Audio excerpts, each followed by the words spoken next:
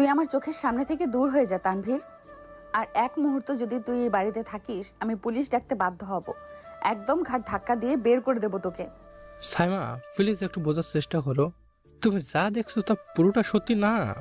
মিতু মাথা ঘুরে পড়ে যাচ্ছিল, আমি জাস্ট ওকে ধরেছিলাম। তুমি আমাকে সবার সামনে এভাবে অপমান করতে পারো না। চুপ কর একদম।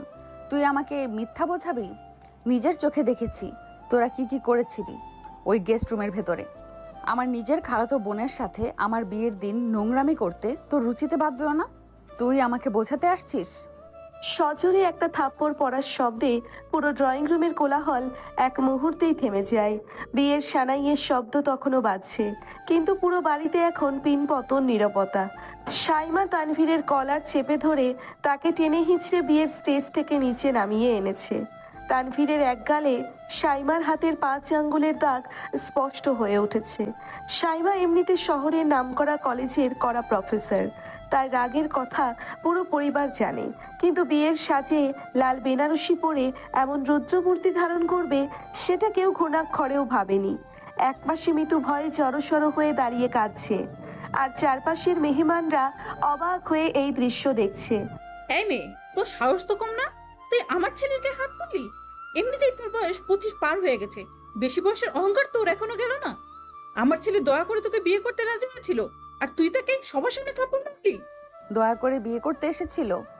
আন্টি, আপনার ছেলের চরিত্র যে এত নোংরা সেটা জানলে আমি ওর ছায়াও মারাতাম না। এই বিয়ে আমি করব না। আপনারা এক্ষুনি আমার বাড়ি থেকে বেরিয়ে যান। এসব কি বলছিস সাইমা? বিয়ে করবি না মানে কি? আর তানভীরকে তুই এভাবে সবার সামনে মারলি কেন? আব্বু, তুমি ওকে জিজ্ঞেস করো ও কি করেছে। মিতু, তুই বল। তুই বলবি নাকি আমি সবার সামনে বলবো তোরা ওই বন্ধ ঘরে কি করছিলি? মিতু হাউমাউ করে কেঁদে ওঠে আর দৌড়ে অন্য ঘরে চলে যায়। পরিস্থিতি বুঝতে আর কারো বাকি থাকে না। তানভীরের বাবা মা মাথা নিচু করে ফেলে। রহমান সাহেব মাথায় হাত দিয়ে সোফায় বসে পড়েন। তার এতদিনের সম্মান সমাজের মানুষের কাছে, তার যে মাথা উঁচু করা অবস্থান, সব যেন আজ ধুলোয় মিশে যাচ্ছে। আত্মীয় স্বজনরা ফিসফিস করে নানা কথা বলতে শুরু করেছে। কেউ তানভীরকে দোষ দিচ্ছে, আবার কেউ সাইমার রাগ নিয়ে কথা তুলছে। রহমান সাহেব ধীরে ধীরে সোফা থেকে উঠে দাঁড়ান। তার চোখ দুটো লাল হয়ে আছে। তিনি তানভীরের বাবার দিকে তাকিয়ে হাত জোর করে বলেন, আপনারা দয়া করে চলে যান। আমার মেয়ের জীবনটা নষ্ট করার আগে যে ওর আসল রূপটা ধরা পড়েছে, সেই জন্য আল্লাহর কাছে হাজার শুকরিয়া। তানভীর আর তার পরিবার চরম অপমানে মাথা নিচু করে বাড়ি থেকে বেরিয়ে যায়। কিন্তু ড্রয়িং রুমের বাতাস তখনও ভারী। রহমান সাহেব অসহায় চোখে চারপাশের মানুষের দিকে তাকাচ্ছেন। বিয়ের সব আয়োজন সম্পন্ন। কাজী সাহেব বসে আছেন, মেহমানরা খাচ্ছে। এখন বিয়ে ভেঙে গেলে সমাজে তাকে মুখ দেখাতে হবে না। তার চোখ হঠাৎ করে ভিড়ের মধ্যে দাঁড়িয়ে থাকা সাফায়েতের ওপর গিয়ে পড়ে। সাফায়েত রহমান সাহেবের আপন বোনের ছেলে, বয়স মাত্র 21, ইউনিভার্সিটিতে সেকেন্ড ইয়ারে পড়ে। সারাদিন বন্ধুদের সাথে আড্ডা দেওয়া আর বাইক নিয়ে ঘুরে বেড়ানোই তার কাজ। সাইমাকে সে ছোটবেলা থেকেই জমের মতো ভয় পায়। সাইমা তার চেয়ে 4 বছরের বড়, আর সম্পর্কে মামাতো বোন হলেও সাফায়েতের কলেজের প্রফেসর ছিল সে। সাইমার কড়া শাসনে সাফায়েত এখনো তথস্থ থাকে। সেই সাফায়েত 1 প্লেট কাচ্চি বিরিয়ানি হাতে নিয়ে অবাক চোখে এই হাই ভোল্টেজ ড্রামা দেখছিল। সাফায়েত, তুই এদিকে আয়। জি মামা, আমাকে ডাকছেন? তুই এই মুহূর্তে আমার সাইমাকে বিয়ে করবি। কাজী সাহেব বসে আছেন, এখনই তোদের আকদ হবে। রহমান সাহেবের এই একটা কথায় সাফায়েতের হাত থেকে বিরিয়ানির প্লেটটা প্রায় পড়েই যাচ্ছিল। সে ফ্যালফ্যাল করে মামার দিকে তাকিয়ে থাকে। সাইমাও চমকে উঠে তার বাবার দিকে তাকায়। চারপাশের ফিসফিসানি এবার আরো বেড়ে যায়। মামা, কি বলছেন এসব? আমি আমি সাইমা আপুকে বিয়ে করব? মাথা খারাপ হয়ে গেছে আপনার? উনি তো আমার টিচার। আমি ওনাকে দেখলে এখনো ভয় কাঁপি, আর আপনি বলছেন ওনাকে বিয়ে করতে? ভাইজান, আপনি কি পাগল হয়ে গেলেন? সাফায়েত তো এখনো বাচ্চা ছেলে, ওর বয়স মাত্র 21। ও কিভাবে সাইমার দায়িত্ব নেবে? আর সাইমা ওর 4 বছরের বড়। এই বিয়ে কোনোভাবেই সম্ভব না। ফারিয়া, তুই আমার আপন ছোট বোন। আজ আমার সম্মান মাটিতে মিশে যাচ্ছে। মানুষ কাল থেকে আমার মেয়েকে নিয়ে নানা কথা রটাবে, বলবে সাইমার চরিত্রে দোষ ছিল বলেই বিয়ের আসর থেকে বর পালিয়েছে। তুই কি চাস তোর বড় ভাইয়ের সম্মান এভাবে শেষ হয়ে যাক? কিন্তু ভাইজান, তাই বলে সাপায়েত? ও তো নিজের দায়িত্ব এখনো নিজে পারে না। ফারিয়া, শান্ত হও। ভাইজান যখন বলছেন নিশ্চয় ভেবেচিন্তেই বলছেন। সাফায়েত, তুই রাজি হয়ে যা। আজ তোর মামার বিপদের দিনে আমরা যদি পাশে না দাঁড়াই তাহলে আর কে দাঁড়াবে? আব্বু, তুমিও মামার সাথে তাল মেলাচ্ছ। আমি বিয়ে করব না। আমি এখন স্টুডেন্ট, আর সাইমা আপু তো আমাকে আস্ত গিলে খাবে। আমি এই বিয়ে কিছুতেই করতে পারবো না। আব্বু, তুমি জোর করে সাফায়াতের ঘাড়ে আমাকে চাপিয়ে দিচ্ছ কেন? আমার বিয়ে ভেঙেছে বলে কি আমাকে যে কোনো একটা বাচ্চা ছেলের গলায় ঝুলিয়ে দিতে হবে? আমি বিয়ে করব না। তুই চুপ কর সাইমা, তোর জন্যই আজ আমার এই অবস্থা। তুই যদি সবার সামনে ওই ছেলেকে থাপ্পড় না মেরে আমাকে আড়ালে বলতি, তাহলে আমি একটা ব্যবস্থা করতে পারতাম। এখন তুই আমার সম্মান বাঁচাবি, তুই সাফায়াতকে বিয়ে করবি, এটাই আমার শেষ কথা। নইলে আমি আজকে এই বাড়ির ছাদ থেকে লাফ দিব। রহমান সাহেব কান্নায় ভেঙে পড়েন। লিপি বেগম মানে সাইমার মা ছুটে এসে স্বামীকে জড়িয়ে ধরেন। সাইমা আর কোনো কথা বলতে পারে না। বাবার চোখের পানি তার এতদিনের জেদ আর রাগ নিমেষেই গলিয়ে দেয়। সে মাথা নিচু করে দাঁড়িয়ে থাকে। সাফায়াত অসহায় চোখে একবার তার আব্বু আম্মুর দিকে তাকাচ্ছে, আর একবার সাইমার দিকে। সাইমার লাল বেনারসি ভারী গহনা আর থমথমে মুখ দেখে সাফায়াতের বুকের ভেতরটা ভয়ে শুকিয়ে যাচ্ছে। সে মনে মনে আল্লাহকে ডাকছে যেন মাটি ফাঁক হয়ে যায় আর সে ভেতরে ঢুকে যেতে পারে। কিন্তু নিয়তি আজ অন্য কিছুই লিখে রেখেছে। কাজী সাহেব খাতা খুলে বসলেন। রহমান সাহেবের জোড়াজুড়িতে সাফায়েতকে জোরে করে সোফায় বসানো হলো। সাফায়াত ঘামছে। তার মনে হচ্ছে সে কোনো পরীক্ষার হলে বসে আছে আর সামনে গার্ড দিচ্ছে করা প্রফেসর সাইমা। বাবা সাফায়েত, বলো আলহামদুলিল্লাহ। কবুল। কবুল। আবার বলো বাবা। কবুল।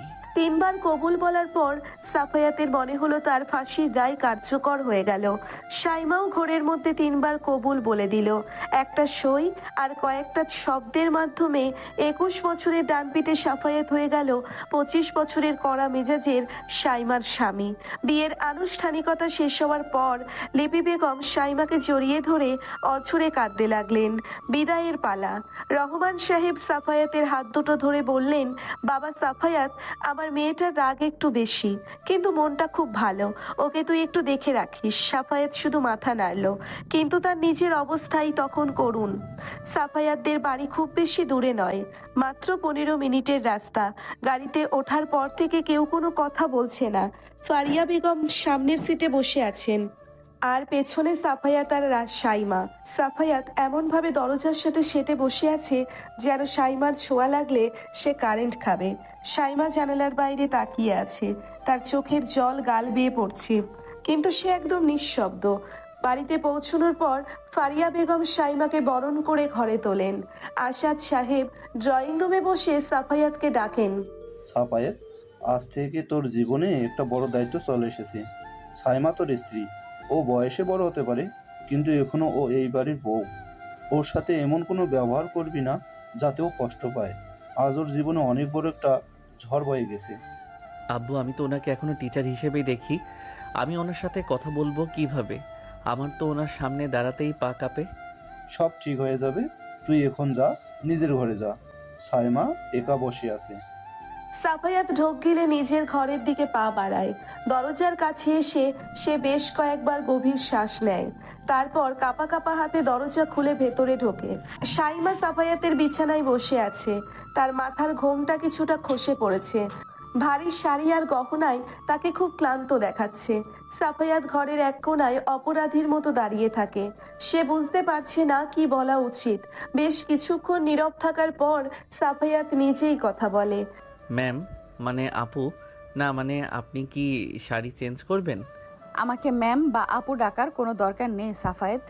তুমি আমাকে সাইমা বলেই ডাকতে পারো। না না, আমি আপনাকে নাম ধরে ডাকবো? অসম্ভব। মামা শুনলে আমাকে মেরেই ফেলবে। আর তাছাড়া আপনি আমার 4 বছরের বড়। আমি আপনাকে নাম ধরে ডাকলে তো বেয়াদবি হবে। আমি এখন তোমার বিবাহিত স্ত্রী সাফায়েত। স্বামী তার স্ত্রীকে নাম ধরেই ডাকে, আর তুমি যদি আমাকে আপু বলে ডাকো তাহলে মানুষ হাসাহাসি করবে। সাইমার গলার স্বর খুব শান্ত, কিন্তু তার কথায় এখনো সেই প্রফেসরের মতো আদেশ লুকিয়ে আছে। সাফায়াত ঢোক গেলে সে ধীর পায়ে আলমারির দিকে এগিয়ে যায়। আচ্ছা ঠিক আছে, আমি আপনার জন্য আমার একটা টি শার্ট আর ট্রাউজার বের করে দিচ্ছি, আপনি ফ্রেশ হয়ে নিন। আপনার শাড়িটা তো অনেক ভারী, কষ্ট হচ্ছে নিশ্চয়ই। আমার কাছে আমার ব্যাগ আছে, ফুপি আসার সময় গাড়িতে তুলে দিয়েছিল। তুমি ওখান থেকে আমার জামাটা একটু বের করে দেবে? জি দিচ্ছি।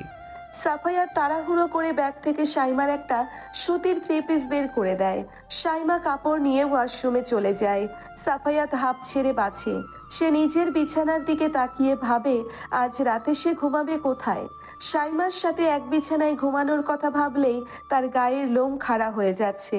সে দ্রুত সোফার উপর একটা বালিশ আর চাদর নিয়ে শুয়ে পড়ে। কিছুক্ষণ পর সাইমা ওয়াশরুম থেকে বের হয়ে আসে।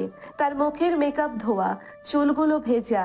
তাকে এখন আর সেই কড়া প্রফেসর মনে হচ্ছে না, বরং খুব সাধারণ আর বিষণ্ণ একটা মেয়ে মনে হচ্ছে।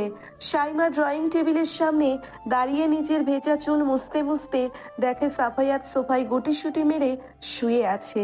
তুমি ওখানে শুয়ে আছো কেন সাফায়েত? আমার এখানে ঘুমাতেই ভালো লাগে, আপনি খাটে ঘুমিয়ে পড়ুন। সোফায় ঘুমালে তোমার ঘাড়ে ব্যথা হবে, খাটে এসে ঘুমাও।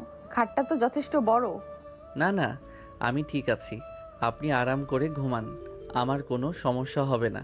সাফায়েত, আমি তোমাকে আদেশ করছি না, অনুরোধ করছি। আজ আমার জীবনের সবচেয়ে জঘন্য একটা দিন গেছে। আমি চাই না আমার জন্য তুমি তোমার নিজের ঘরে কষ্ট করে সোফায় ঘুমাও। প্লিজ খাটে এসো। সাইমার গলায় একটা চাপা কান্না শুনতে পায় সাফায়াত। সে উঠে দাঁড়ায়। সে ধীর পায়ে খাটের এক কোণায় গিয়ে শুয়ে পড়ে। দুজনের মাঝখানে বিশাল দূরত্ব। সাফায়াত দেওয়ালের দিকে ফিরে শুয়ে আছে। তার চোখে ঘুম নেই। সে বুঝতে পারছে সাইমাও ঘুমায়নি। মাঝরাতে হঠাৎ করেই সাফায়াত শুনতে পায় সাইমা ফিসফিস করে কাঁদছে। কান্নার আওয়াজটা খুব চাপা, যেন সে আপ্রাণ চেষ্টা করছে শব্দ না করার। সাফায়াত ধীরে ধীরে পেছনে ফেরে। সে দেখে সাইমা দুই হাত দিয়ে নিজের মুখ ঢেকে হাউমাউ করে কাঁদছে। তার শরীরটা কান্নায় কেঁপে কেঁপে উঠছে। সাফায়াত জীবনে কখনো সাইমাকে কাঁদতে দেখেনি। যে মেয়েটা একটা ধমক দিয়ে পুরো ক্লাসকে শান্ত করে দেয়, সেই মেয়েটা আজ একটা বাচ্চা মেয়ের মতো কাঁদছে। সাফায়াতের বুকের ভেতরটা কেমন যেন মোচড় দিয়ে ওঠে। সে তার ভয় আর অস্বস্তি সরিয়ে রেখে একটু একটু করে সাইমার দিকে এগিয়ে যায়। আপনি কাঁদছেন? আমি তানভীরকে খুব বিশ্বাস করেছিলাম সাফায়েত। ও আমার সাথে এত বড় বেইমানি কি করে করলো? আমি কি দেখতে খুব খারাপ? আমার বয়স বেশি বলে কি আমার ভালোবাসার কোনো অধিকার নেই? সাইমার কথাগুলো সাফায়াতের বুকে তীরের মতো বিঁধে যায়।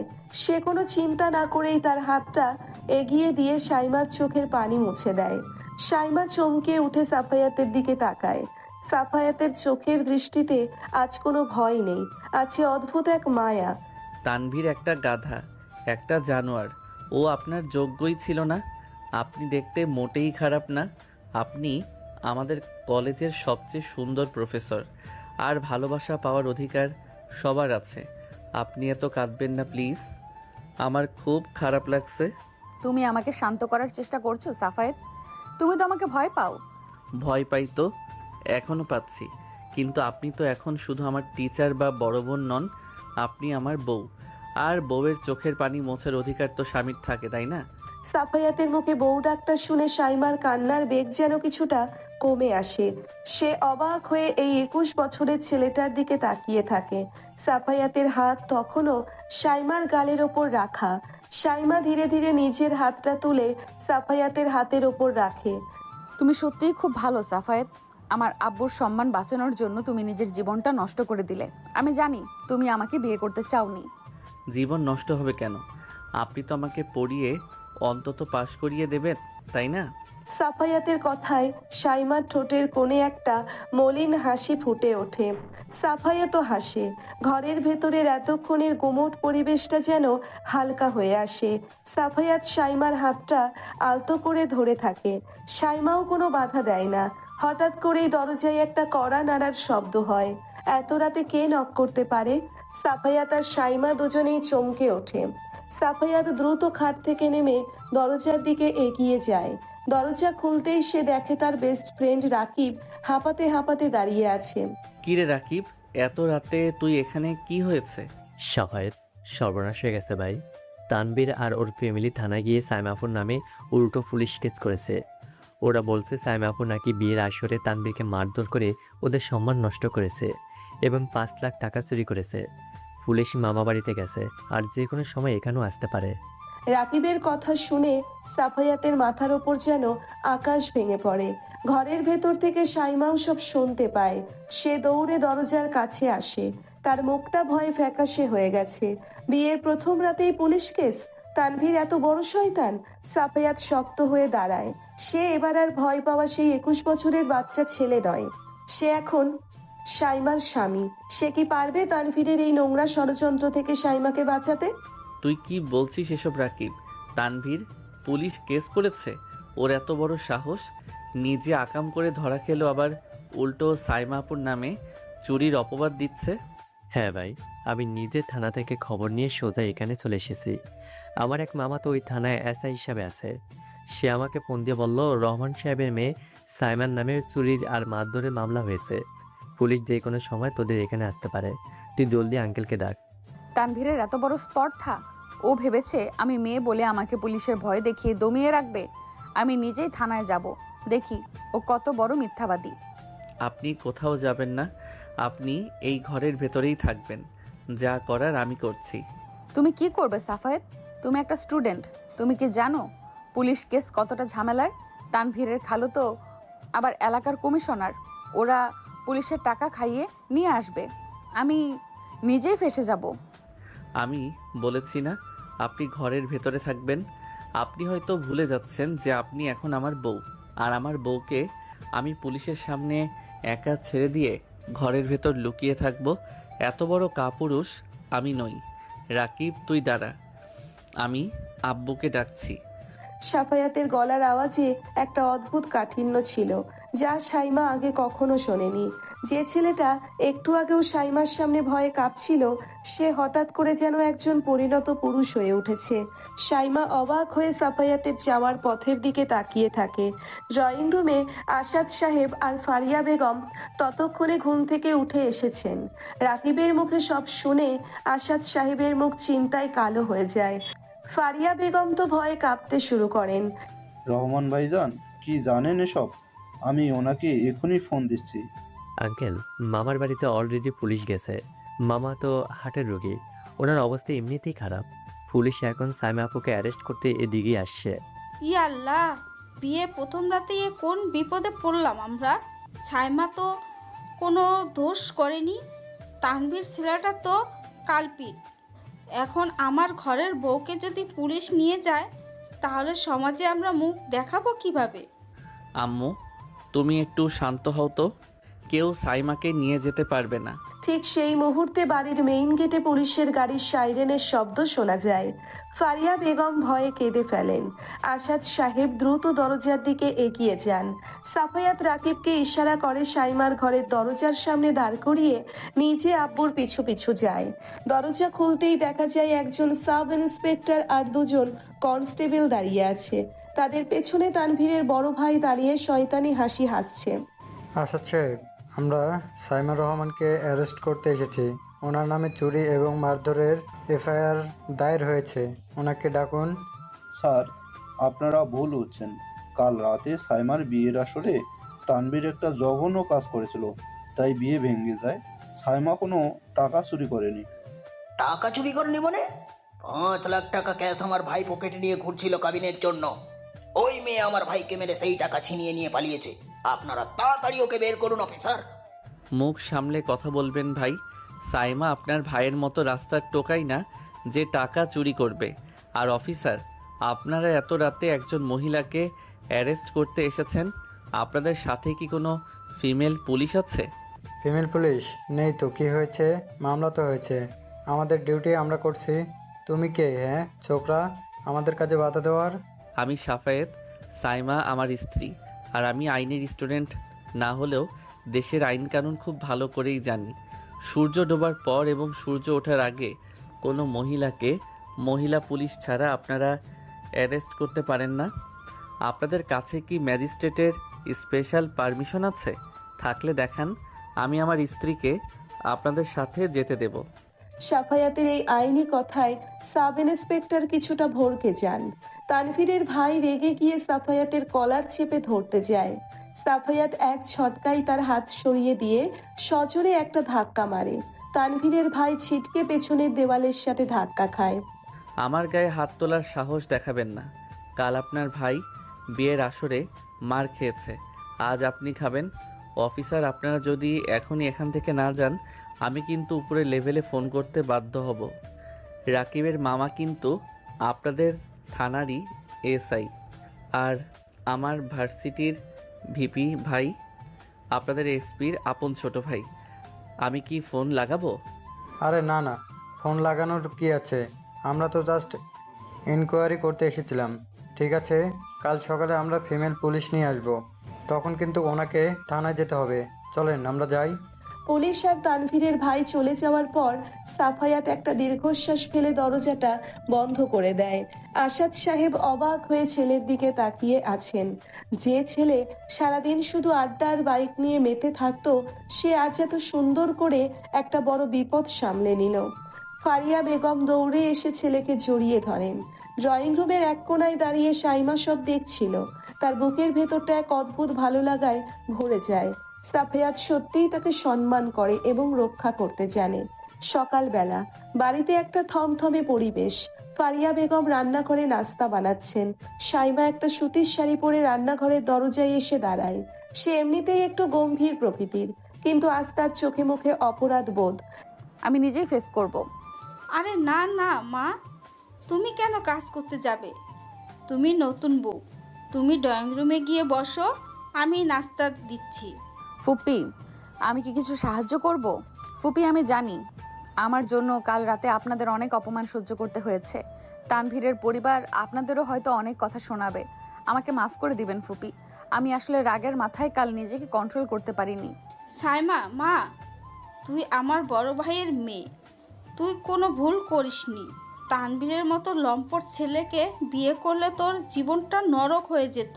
কিন্তু আমার চিন্তা হচ্ছে সাফায়াতকে নিয়ে। ও তো এখনো নিজের পায়ে দাঁড়াতে পারলো না। তোরা দুজনে এই অসম সম্পর্কটা কিভাবে সামলাবি আল্লাহই ভালো জানে। আমি বুঝতে পারছি ফুপি, আমি সাফায়াতের কোনো ক্ষতি হতে দেব না। নাস্তা খাওয়ার সময় ডাইনিং টেবিলে সবাই চুপচাপ। সাফায়াত দ্রুত নাস্তা খেয়ে ভার্সিটির জন্য রেডি হয়ে যায়। সে একটা কালো শার্ট আর জিন্স পরেছে। সাইমা আর চোখে সাফায়াতের দিকে তাকায়। ছেলেটাকে আজ একটু বেশিই হ্যান্ডসাম লাগছে। সাফায়াত ব্যাগ কাঁধে নিয়ে সাইমার দিকে তাকায়। আপনি কি আজ কলেজে যাবেন? না, আমি 3 দিনের ছুটি নিয়েছি। ঠিক আছে, ঘরেই থাকুন। কেউ আসলে দরজা খুলবেন না, তানভীরের লোকজন আবার ঝামেলা করতে পারে। আমি দুপুরে রাকিবকে নিয়ে থানায় যাব। ওর মামার সাথে কথা বলে ওই ফেক এফআইআরটা বাতিল করার ব্যবস্থা করব। আপনাকে কিছু নিয়ে ভাবতে হবে না। সাফায়েত, তুমি এত রিস্ক নিচ্ছ কেন? আমি আমার আব্বুর উকিলের সাথে কথা বলবো। মামা এমনিতে অসুস্থ, ওনাকে আর প্রেশার দেবেন না। আমি আমার বউয়ের সম্মান বাঁচাতে জানি। আমি আসছি। সাফায়াত বেরিয়ে যাওয়ার পর সাইমার বুকটা ধক করে ওঠে। আমার বউ শব্দটা সাফায়াতের মুখ থেকে যতবার শোনে, সাইমার ভেতরের জমে থাকা এক পুরনো বরফ যেন ততবার একটু একটু করে গলতে থাকে। সাইমা দ্রুত নিজের ঘরে চলে যায়।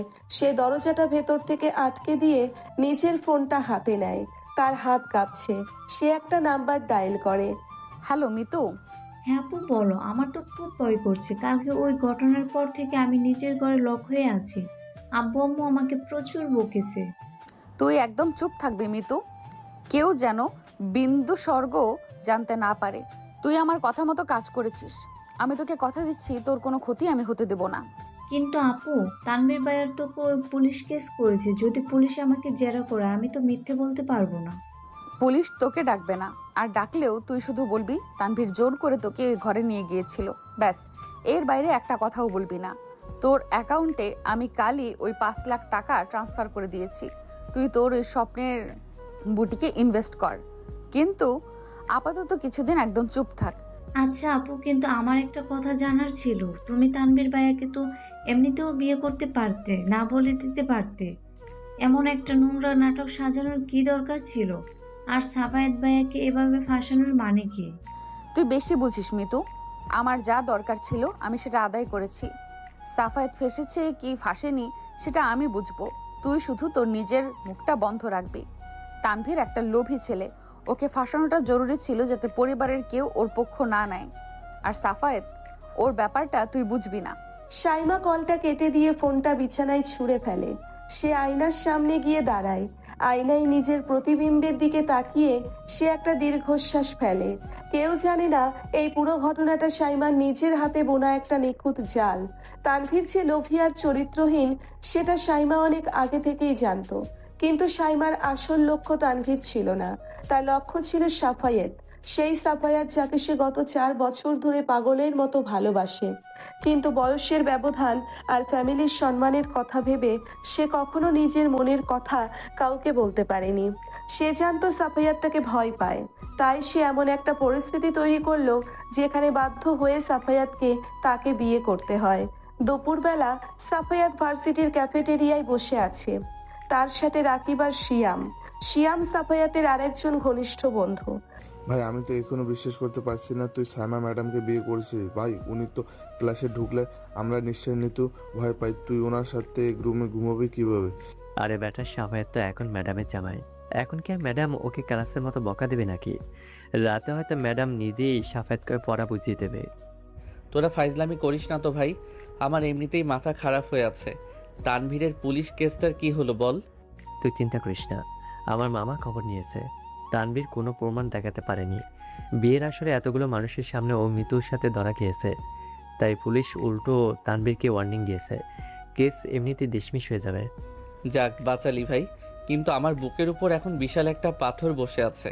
সাইমা আপু, মানে সাইমা, আমার সাথে ঠিকমতো কথাও বলে না। ওনার চোখে সবসময় একটা রাগ রাগ ভাব থাকে। আমি বুঝতে পারি না উনি এই বিয়েটা নিয়ে কি ভাবছেন। ভাই মেয়েরা একটু এমনই হয়, বিশেষ করে সাইমা ম্যাডামের মতো মেয়েরা। তুই একটু সাহস করে ওনার কাছাকাছি যাওয়ার চেষ্টা করে, একটু রোমান্টিক কথা বল, দেখবি বড় ভয় গলে যাবে। রোমান্টিক কথা সাইমা আপুর সাথে? ভাই উনি আমার ঘাড় মোটকে দেবে। আমি বাবার দূরে দূরেই ভালো আছি। ভার্সিটি শেষ করে বিকেলে বাড়ি ফেরে সাফায়াত। ফারিয়া বেগম তখন আসরের নামাজ পড়ছিলেন। সাফায়াত সোজা নিজের ঘরের দিকে যায়। দরজা খুলতেই সে একটা ঘ্রাণ পায়, শাইমার ভেজা চুলের আর দামি শ্যাম্পুর মিষ্টি একটা ঘ্রাণ। শাইমা গোসল করে মাত্র বের হয়েছে। তার পরনে একটা হালকা গোলাপি রঙের সালোয়ার কামিজ, চুলগুলো এখনো ভেজা। সে তোয়ালে দিয়ে চুল মুছতে মুছতে জানালার পাশে দাঁড়িয়েছিল। সাফায়াতকে ঘরে ঢুকতে দেখে শাইমা একটু নড়ে চড়ে দাঁড়ায়। ফিরেছে? জি, আপনার শরীর ঠিক আছে তো? হ্যাঁ ঠিক আছে। থানার ওই ব্যাপারটা? ওটা সলভ হয়ে গেছে। রাকিবের মামা সব সামলে নিয়েছে। তানভীর আর কোনো ঝামেলা করতে পারবে না। থ্যাঙ্কস সাফায়েত, তুমি সত্যি অনেক বড় একটা কাজ করেছো। আমি তোমার কাছে কৃতজ্ঞ। কৃতজ্ঞ হওয়ার কিছু নেই, আমি আমার দায়িত্ব পালন করেছি মাত্র। সাফায়াত আলমারি থেকে নিজের জন্য একটা টি শার্ট বের করতে যায়। হঠাৎ কারেন্ট চলে যায়, পুরো ঘর অন্ধকার হয়ে যায়। বাইরে মেঘলা আকাশ, তাই ঘরের ভেতরটাও বেশ অন্ধকার। সাফায়াত অন্ধকারে হাতড়ে হাতড়ে আলমারির পাল্লা বন্ধ করতে গিয়ে হঠাৎ কারোর সাথে ধাক্কা খায়। শাইমাও অন্ধকারে মোমবাতি খুঁজতে আলমারির দিকে আসছিল। সাফায়াতের সাথে ধাক্কা খেয়ে সে ভারসাম্য হারিয়ে পড়ে যেতে নেয়। সাফায়াত দ্রুত নিজের 2 হাত বাড়িয়ে শাইমার কোমর জড়িয়ে ধরে তাকে পতন থেকে রক্ষা করে। অন্ধকার ঘরে দুজনের নিঃশ্বাসের শব্দ স্পষ্ট শোনা যাচ্ছে। সাফায়াতের শক্ত হাত শাইমার নরম কোমরে চেপে বসেছে। শাইমার ভেজা চুলের পানি সাফায়াতের শার্ট ভিজিয়ে দিচ্ছে। শাইমার বুকের ধুকপুকানি সাফায়াত নিজের বুকেও অনুভব করতে পারছে। দুজনের মাঝখানে 1 ইঞ্চি দূরত্বও নেই। আপনি ঠিক আছেন? হ্যাঁ, আমাকে ছাড়ো সাফায়েত। শাইমার গলার স্বর কাঁপছে, কিন্তু সে সাফায়াতকে ছাড়িয়ে যাওয়ার কোনো চেষ্টাই করছে না। সাফায়াত যেন এক ঘোরের মধ্যে চলে গেছে। যে মেয়েটাকে সে এত ভয় পেত, আজ সেই মেয়েটার শরীর তার হাতের মুঠোয়। শাইমার ভেজা চুলের সুভাষ সাফায়াতকে পাগল করে দিচ্ছে। সে বুঝতে পারছে না তার কি করা উচিত। তার পুরুষালী সত্তা চাইছে শাইমাকে আরো কাছে টেনে নিতে, কিন্তু তার মনের ভেতরের ভয় তাকে আটকাচ্ছে। সাফায়াত ধীরে ধীরে তার হাতের বাঁধন আলগা করে দেয়।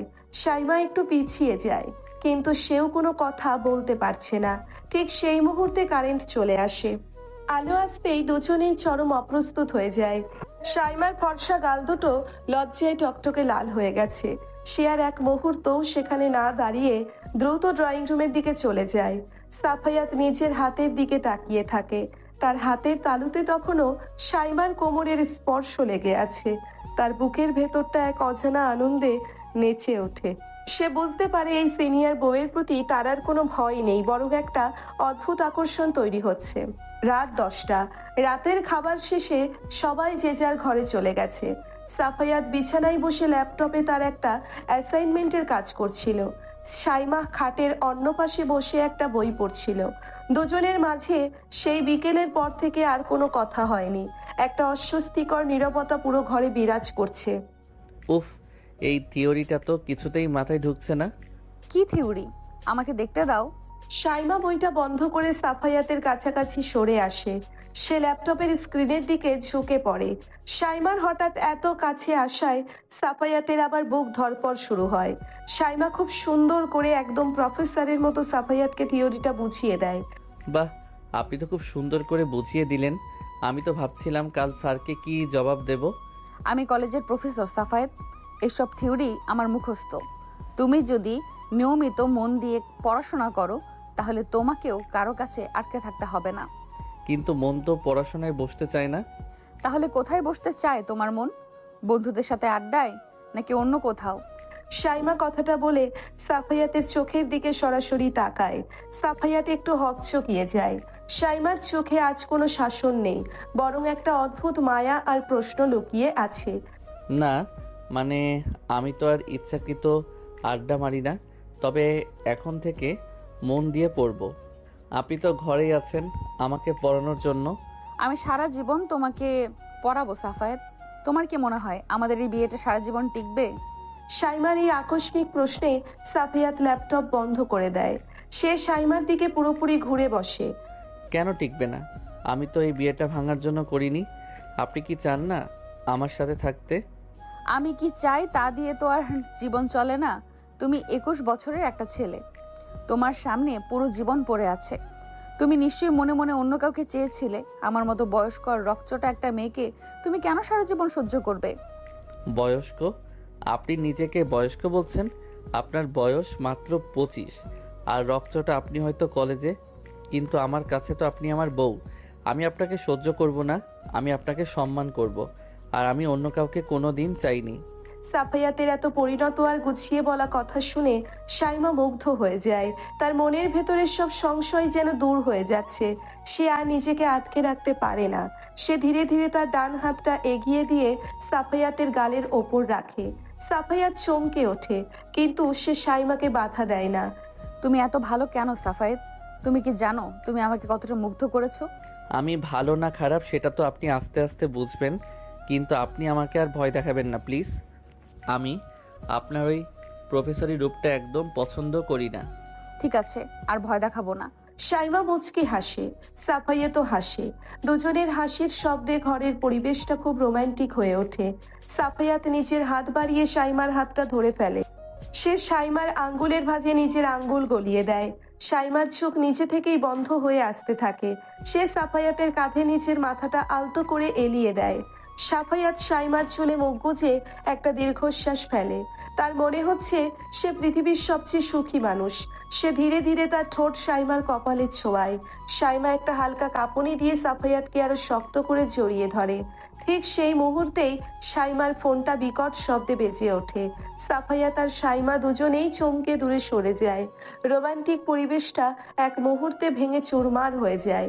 সাইমা বিরক্তি নিয়ে ফোনটা হাতে নেয়। স্ক্রিনে একটা আননোন নাম্বার জ্বলজ্বল করছে। হ্যালো। খুব তো স্বামীর সাথে শখ করছেন ম্যাডাম, কিন্তু আপনার স্বামী কি জানে যে কাল রাতের ওই পুরো ড্রামাটা আপনার নিজের সাজানো ছিল? সাইমার পায়ের তলা থেকে যেন মাটি সরে যায়। তার হাতের ফোনটা কাঁপতে শুরু করে। কে কে বলছেন আপনি? আমি কে সেটা বড় কথা নয়, বড় কথা হলো মিতুর অ্যাকাউন্টে আপনার পাঠানো 5 লাখ টাকার রিসিট আর মিতুর সাথে আপনার গোপন চুক্তির সব প্রমাণ আমার কাছে আছে। সাফায়াতকে ফাঁসিয়ে আপনি খুব চালাকি করছেন ভেবেছেন? এবার খেলাটা আমি খেলবো।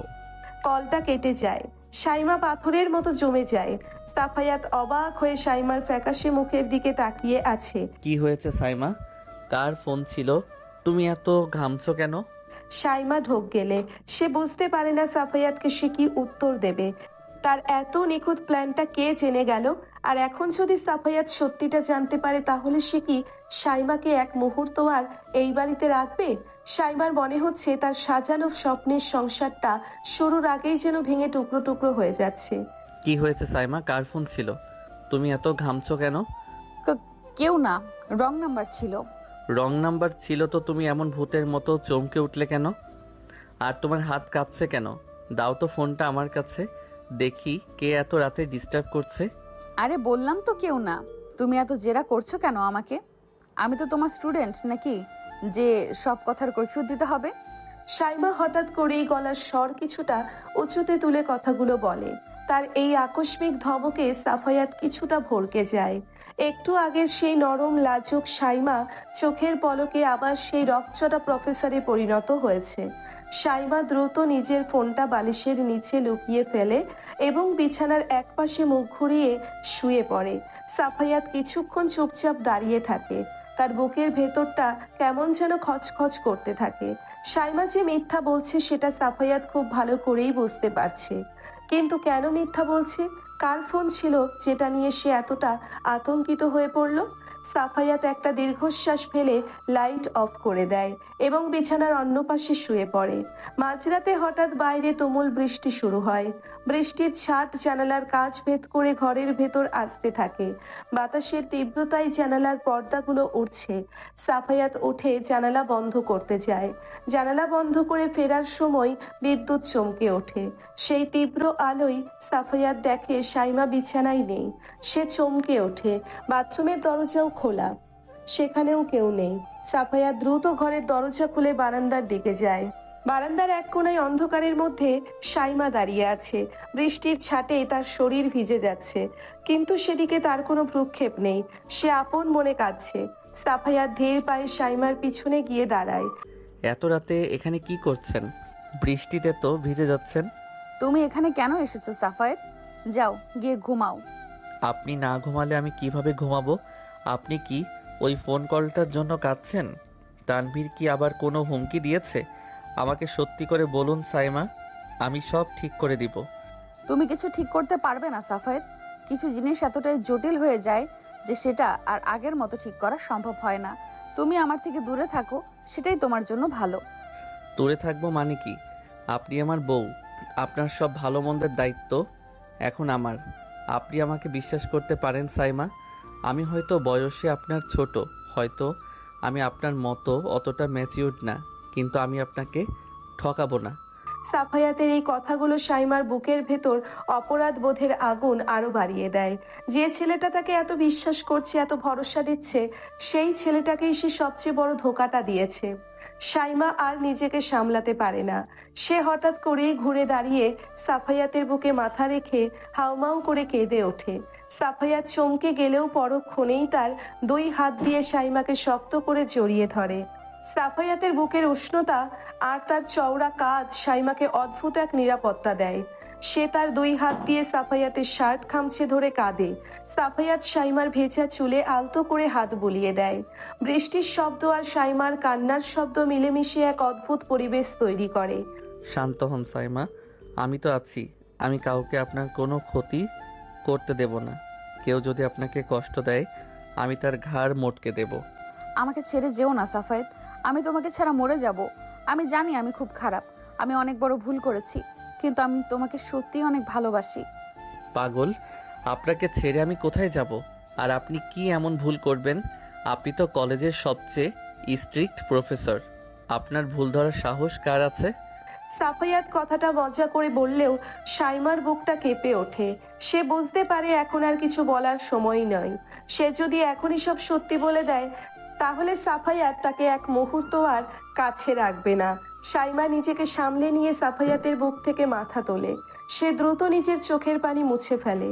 চলো ঘরে যাই, আমার শীত করছে। চলুন।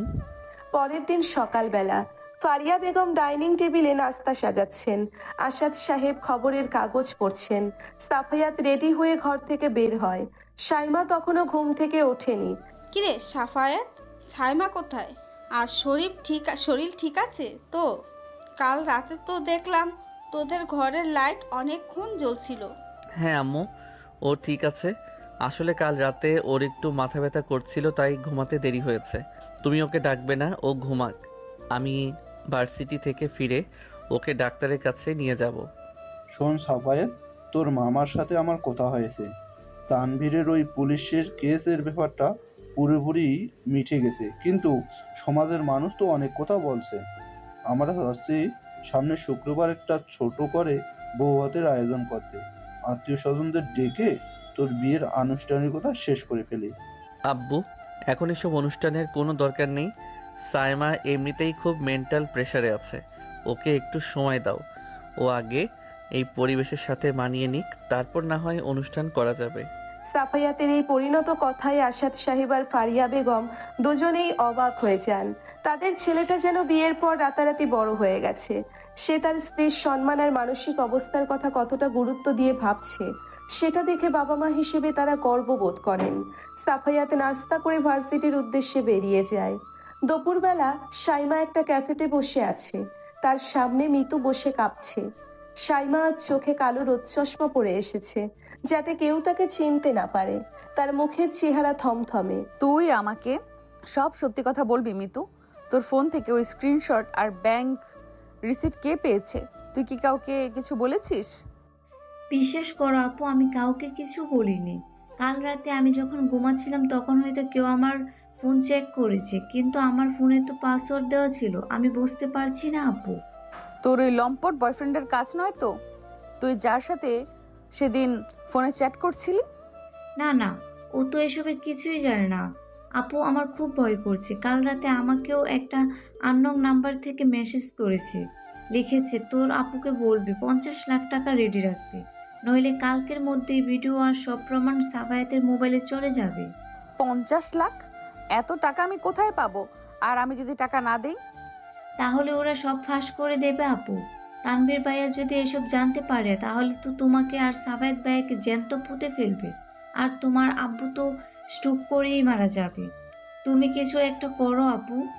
সাইমা ক্যাফের টেবিলের উপর রাখা পানির গ্লাসটা এক চুমুকে শেষ করে। তার মাথা কাজ করছে না। সে ভেবেছিল তানভীরকে ফাঁসিয়ে সাফায়াতকে বিয়ে করলেই সব সমস্যার সমাধান হয়ে যাবে, কিন্তু সে বুঝতে পারেনি যে সে কত বড় একটা ফাঁদে পা দিয়েছে।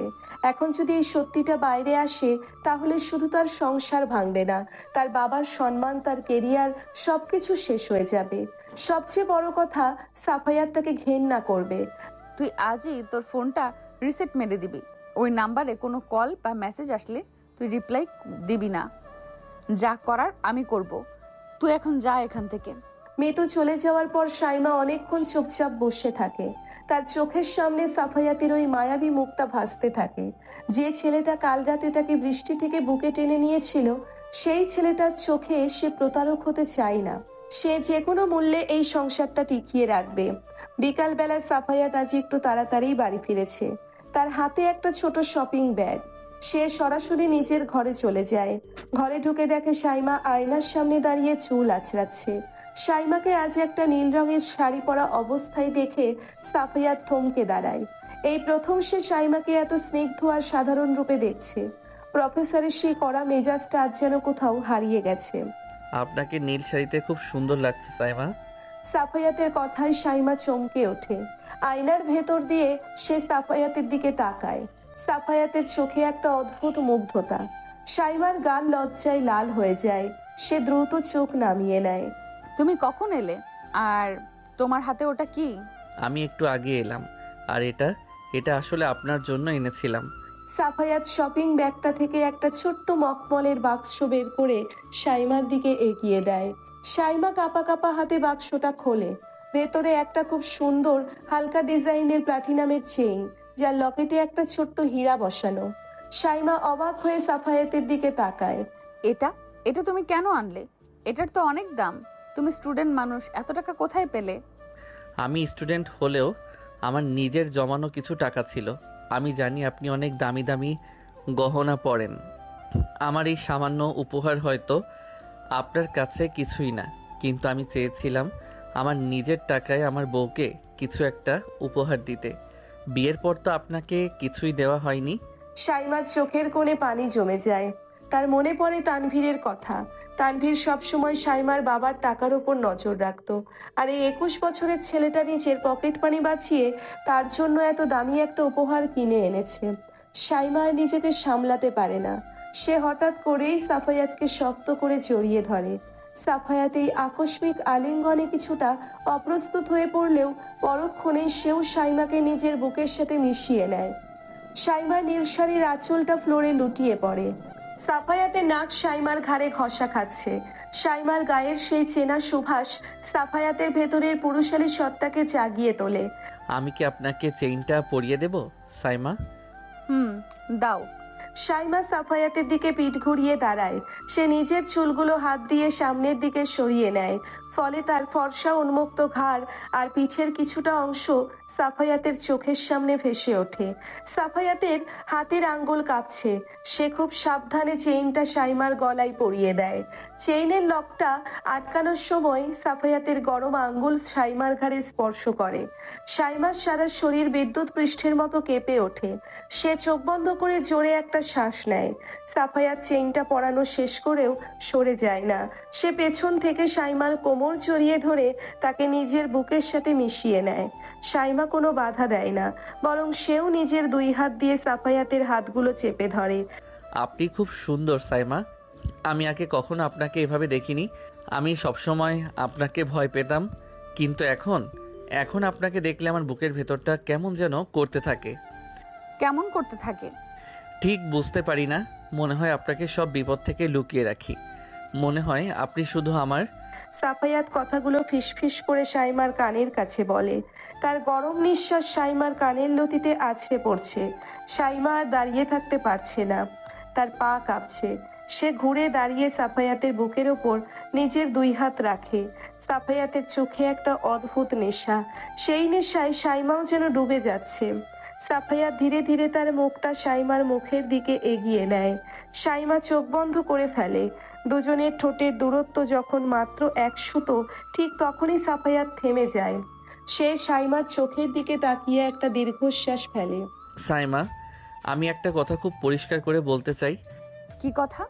আমি মিথ্যা একদম পছন্দ করি না। আমি আমার জীবনে সবচেয়ে বেশি ঘৃণা করি প্রতারক আর মিথ্যেবাদীদের। আপনি আমার বউ। আমি আপনাকে আমার জীবনের চেয়েও বেশি ভালোবাসতে রাজি আছি, কিন্তু আপনি কখনো আমার কাছ থেকে কিছু লুকাবেন না। যদি কোনোদিন আমি জানতে পারি আপনি আমাকে ঠকিয়েছেন বা মিথ্যা বলেছেন, আমি কিন্তু এক মুহূর্ত আপনার মুখ দেখব না। সাফায়াতের এই কথাগুলো শুনে সাইমার বুকের ভেতরটা ধক করে ওঠে। একটু আগের সেই রোমান্টিক আবেশটা নিমেষেই কর্পূরের মতো উড়ে যায়। তার মনে হচ্ছে কেউ যেন তাকে বরফ শীতল পানিতে চুবিয়ে ধরেছে। সে সাফায়াতের চোখের দিকে তাকাতে পারছে না।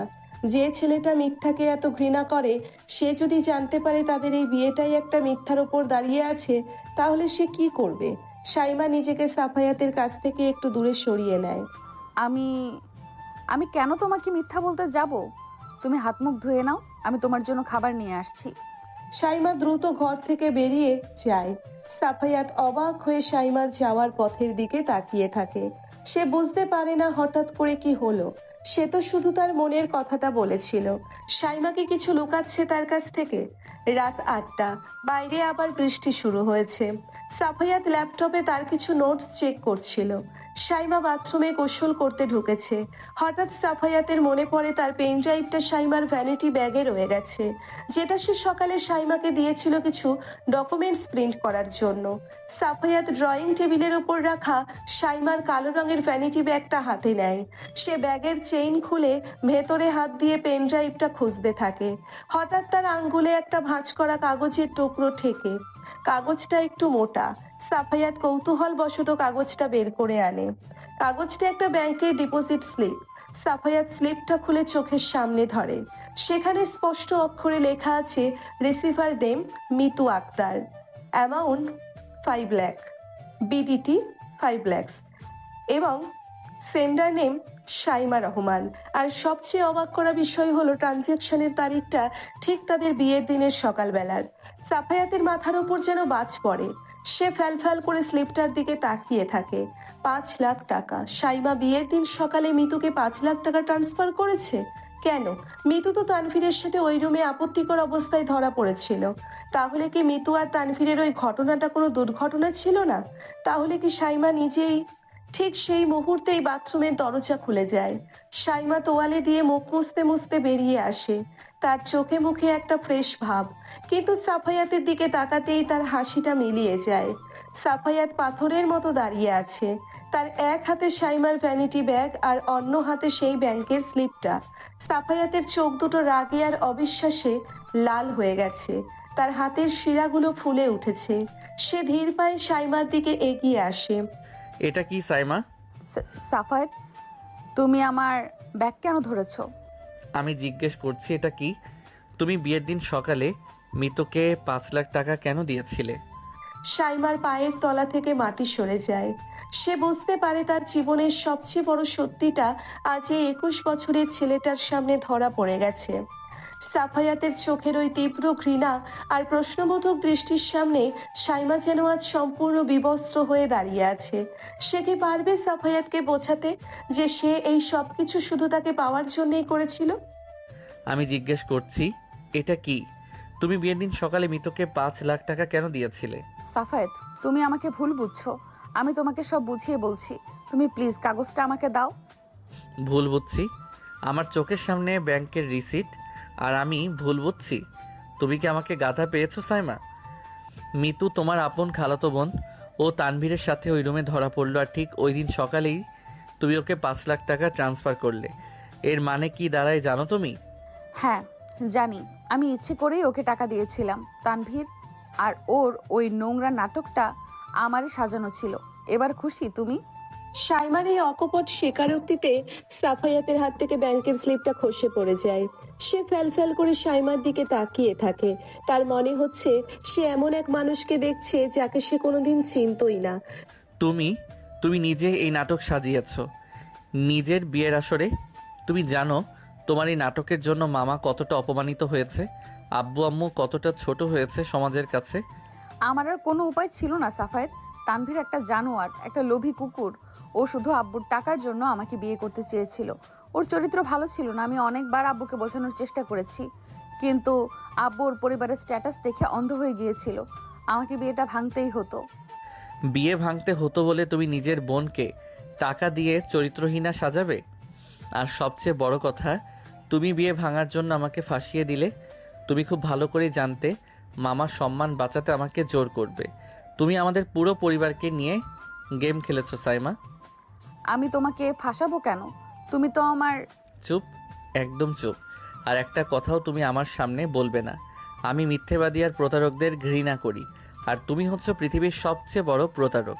তুমি নিজের বাবাকে ঠকিয়েছো, আমার বাবা মাকে ঠকিয়েছো, আর আমাকে তুমি জ্যান্ত কবর দিয়েছো। সাফায়েত প্লিজ, আমাকে অন্তত একটা বার সবটা বুঝিয়ে বলার সুযোগ দাও। আমি তানভীরকে সরাতে চেয়েছিলাম, কিন্তু আমাকে তুমি একটা বলির পাঠা বানিয়েছো যাতে তোমার আব্বু হার্ট অ্যাটাক না করে আর তোমার সম্মানও বেঁচে যায়। কলেজের ম্যাডাম তো, তাই মাস্টার মাইন্ড গেম খেলেছো সবার সাথে। কিন্তু তুমি ভুলে গেছো সাইমা, আমি তোমার ছাত্র হলেও আমার আত্মসম্মান আছে। সাফায়াতের আগে ফুসতে ফুসতে নিজের শার্টটা আলমারি থেকে টেনে বের করে। শাইমা দৌড়ে গিয়ে সাফায়াতের হাত চেপে ধরে। তার 2 চোখ দিয়ে অঝরে পানি পড়ছে। তুমি কোথায় যাচ্ছ এত রাতে? তুমি কোথায় যাবে?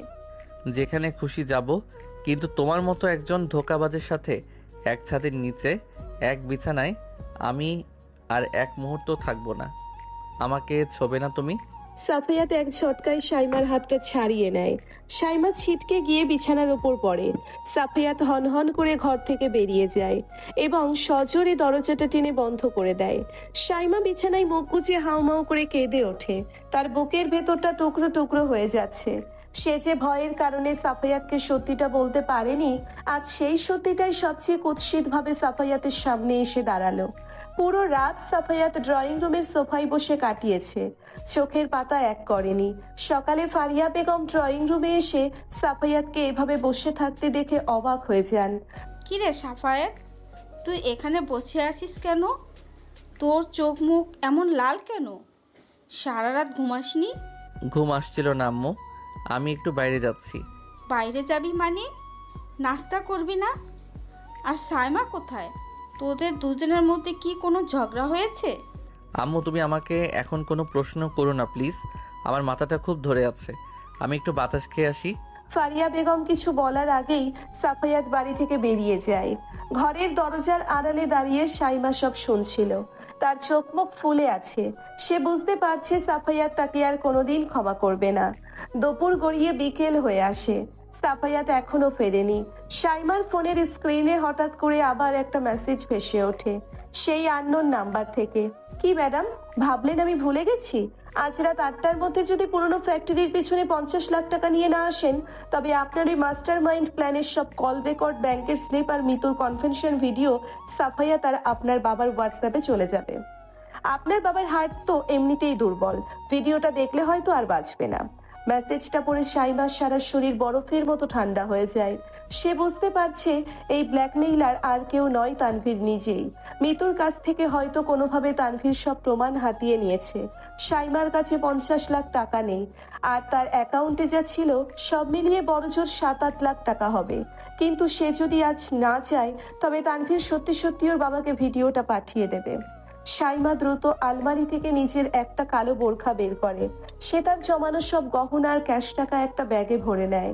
সাফায়াত তো তাকে ছেড়েই দিয়েছে, কিন্তু সে কোনোভাবেই তার বাবার সম্মান আর জীবন নিয়ে ছিনিমিনি খেলতে দেবে না। সন্ধ্যা 7:30। শহরের উপকণ্ঠে পুরনো সেই জরাজীর্ণ ফ্যাক্টরির পেছনের জায়গাটা একেবারে জনশূন্য। চারিদিকে শুধু জং ধরা লোহা আর ভাঙা ইটের স্তূপ। সাইমা একটা ট্যাক্সি থেকে নেমে ধীর পায়ে সেদিকে এগিয়ে যায়। জায়গাটা ঘুটঘুটে অন্ধকার।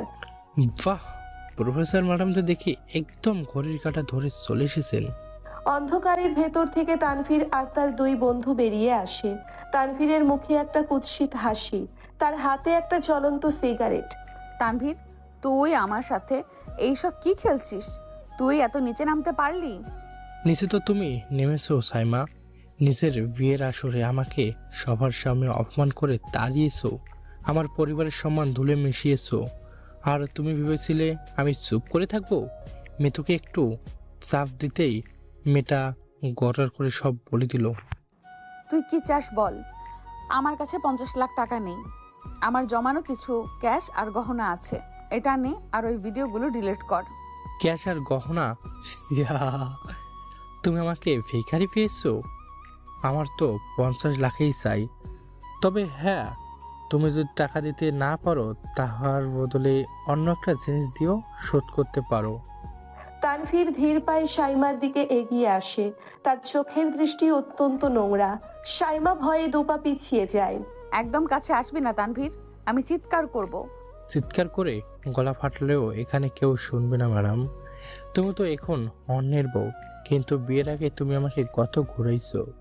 আজ ওই অপমানের বদলা আমি ঘোরায় ঘোরায় নেব। ওকে ধর।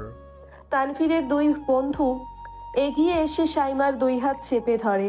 সাইমা প্রাণপণে বাঁচার চেষ্টা করে, কিন্তু তাদের শক্তির কাছে এসে টিকতে পারছে না। তানভীর একটা বিশ্রী হাসি দিয়ে সাইমার বোরখার হিজাবটা টেনে খুলে ফেলে। সাইমা হাউমাউ করে কাঁদতে থাকে। আমাকে ছেড়ে দে তানভীর, আল্লাহর দোহাই লাগে, আমাকে ছেড়ে দে। আল্লাহকে ডাক ম্যাডাম, দেখি তোর এই দুধের বাচ্চার স্বামী সাফায়েত তোকে বাঁচাতে আসে কিনা। তানভীর কথাটা শেষ করার আগেই অন্ধকারের ভেতর থেকে একটা ভারী লোহার রড এসে সোজা তানভীরের পিঠে সজোরে আঘাত করে। তানভীর একটা বিকট চিৎকার দিয়ে মাটিতে লুটিয়ে পড়ে। তার দুই বন্ধু চমকে উঠে সাইমাকে ছেড়ে পেছনে তাকায়। অন্ধকারের বুক চিরে বেরিয়ে আসে সাফায়াত। তার দুই চোখ দিয়ে যেন আগুন ঝরছে। হাতের শার্টের হাতা গোটানো, আর ডান হাতে একটা লোহার রড। আমার বউকে ছোঁয়ার সাহস তুই কোথায় পেলি রে শুয়োরের বাচ্চা? সাফায়েত রডটা ফেলে দিয়ে সোজা তানভীরের এক বন্ধুর ওপর ঝাঁপিয়ে পড়ে।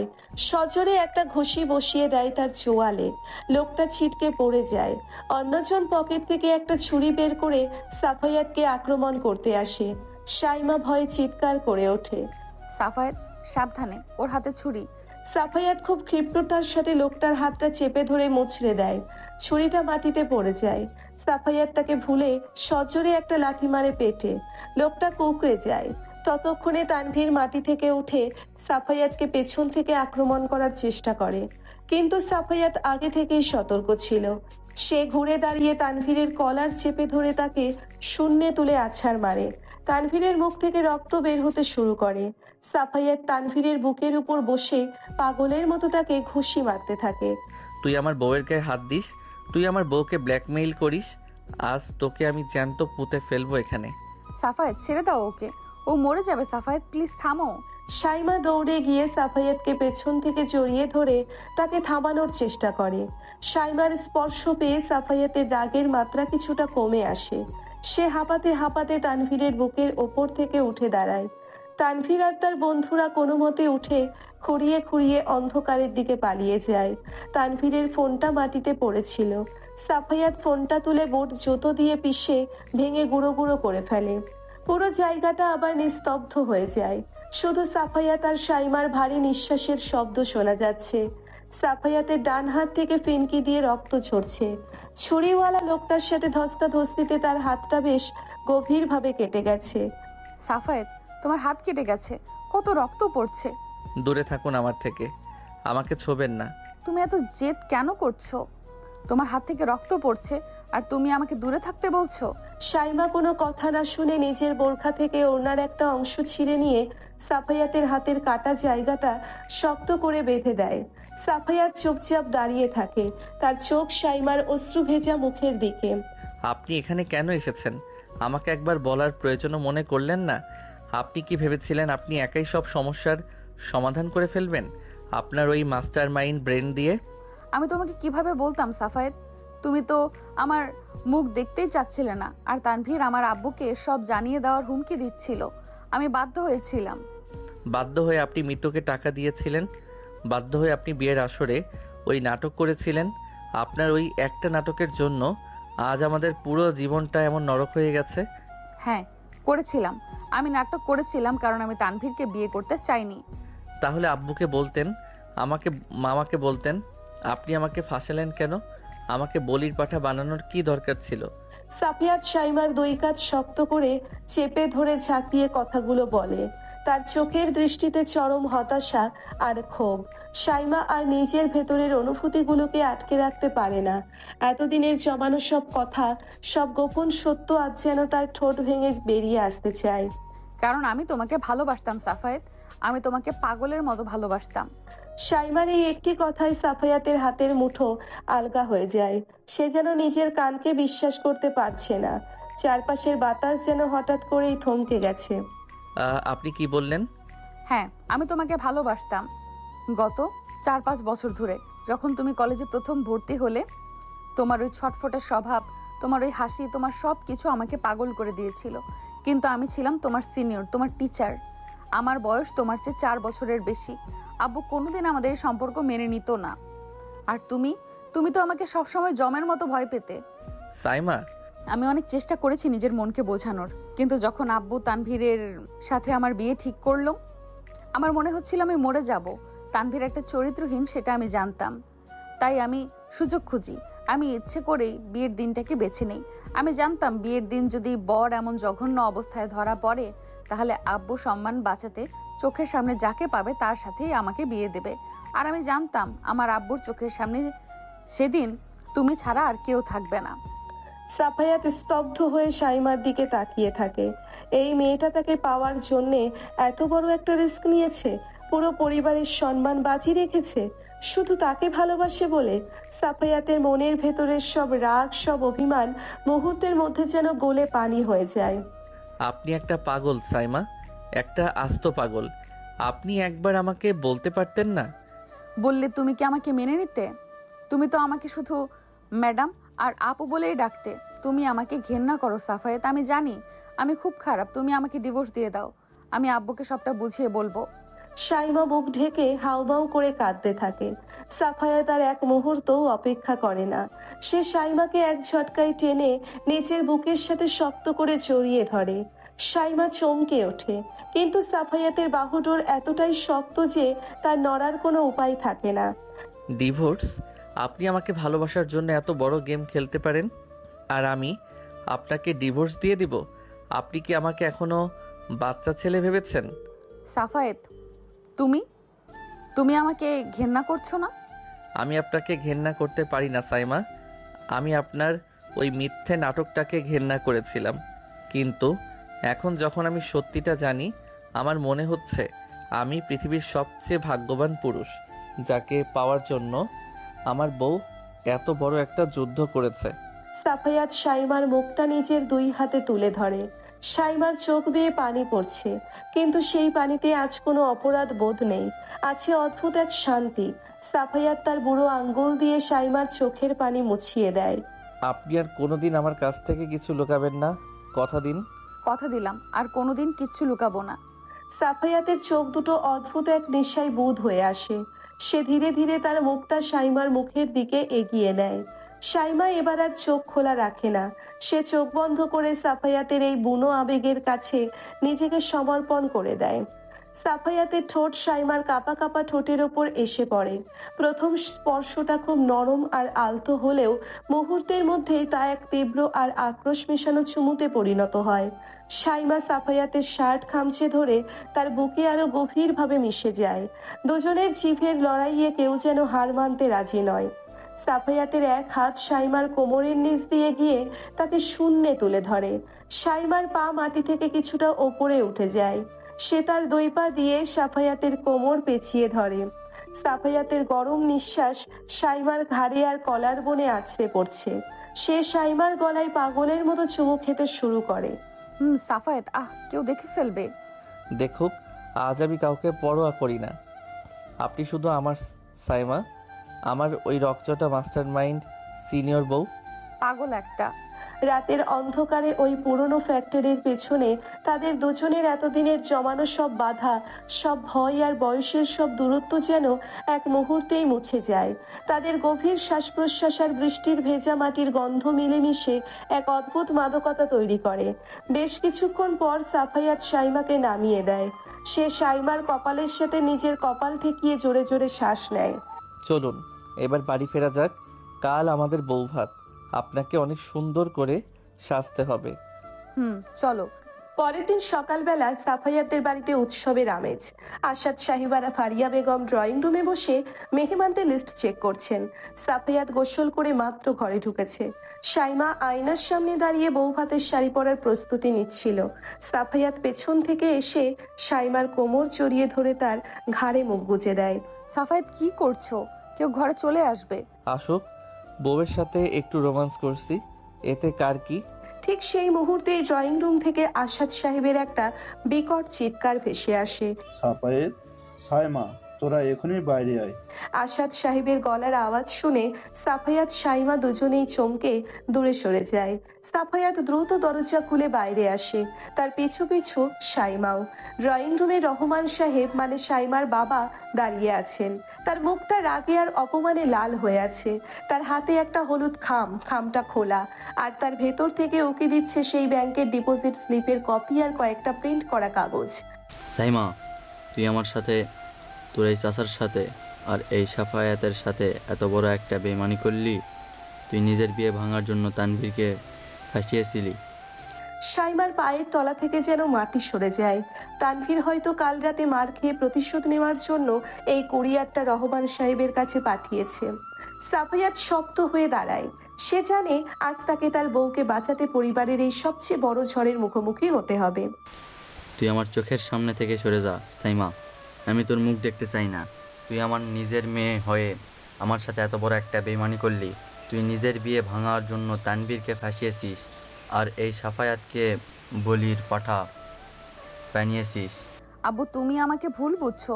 তানভীর ছেলেটা।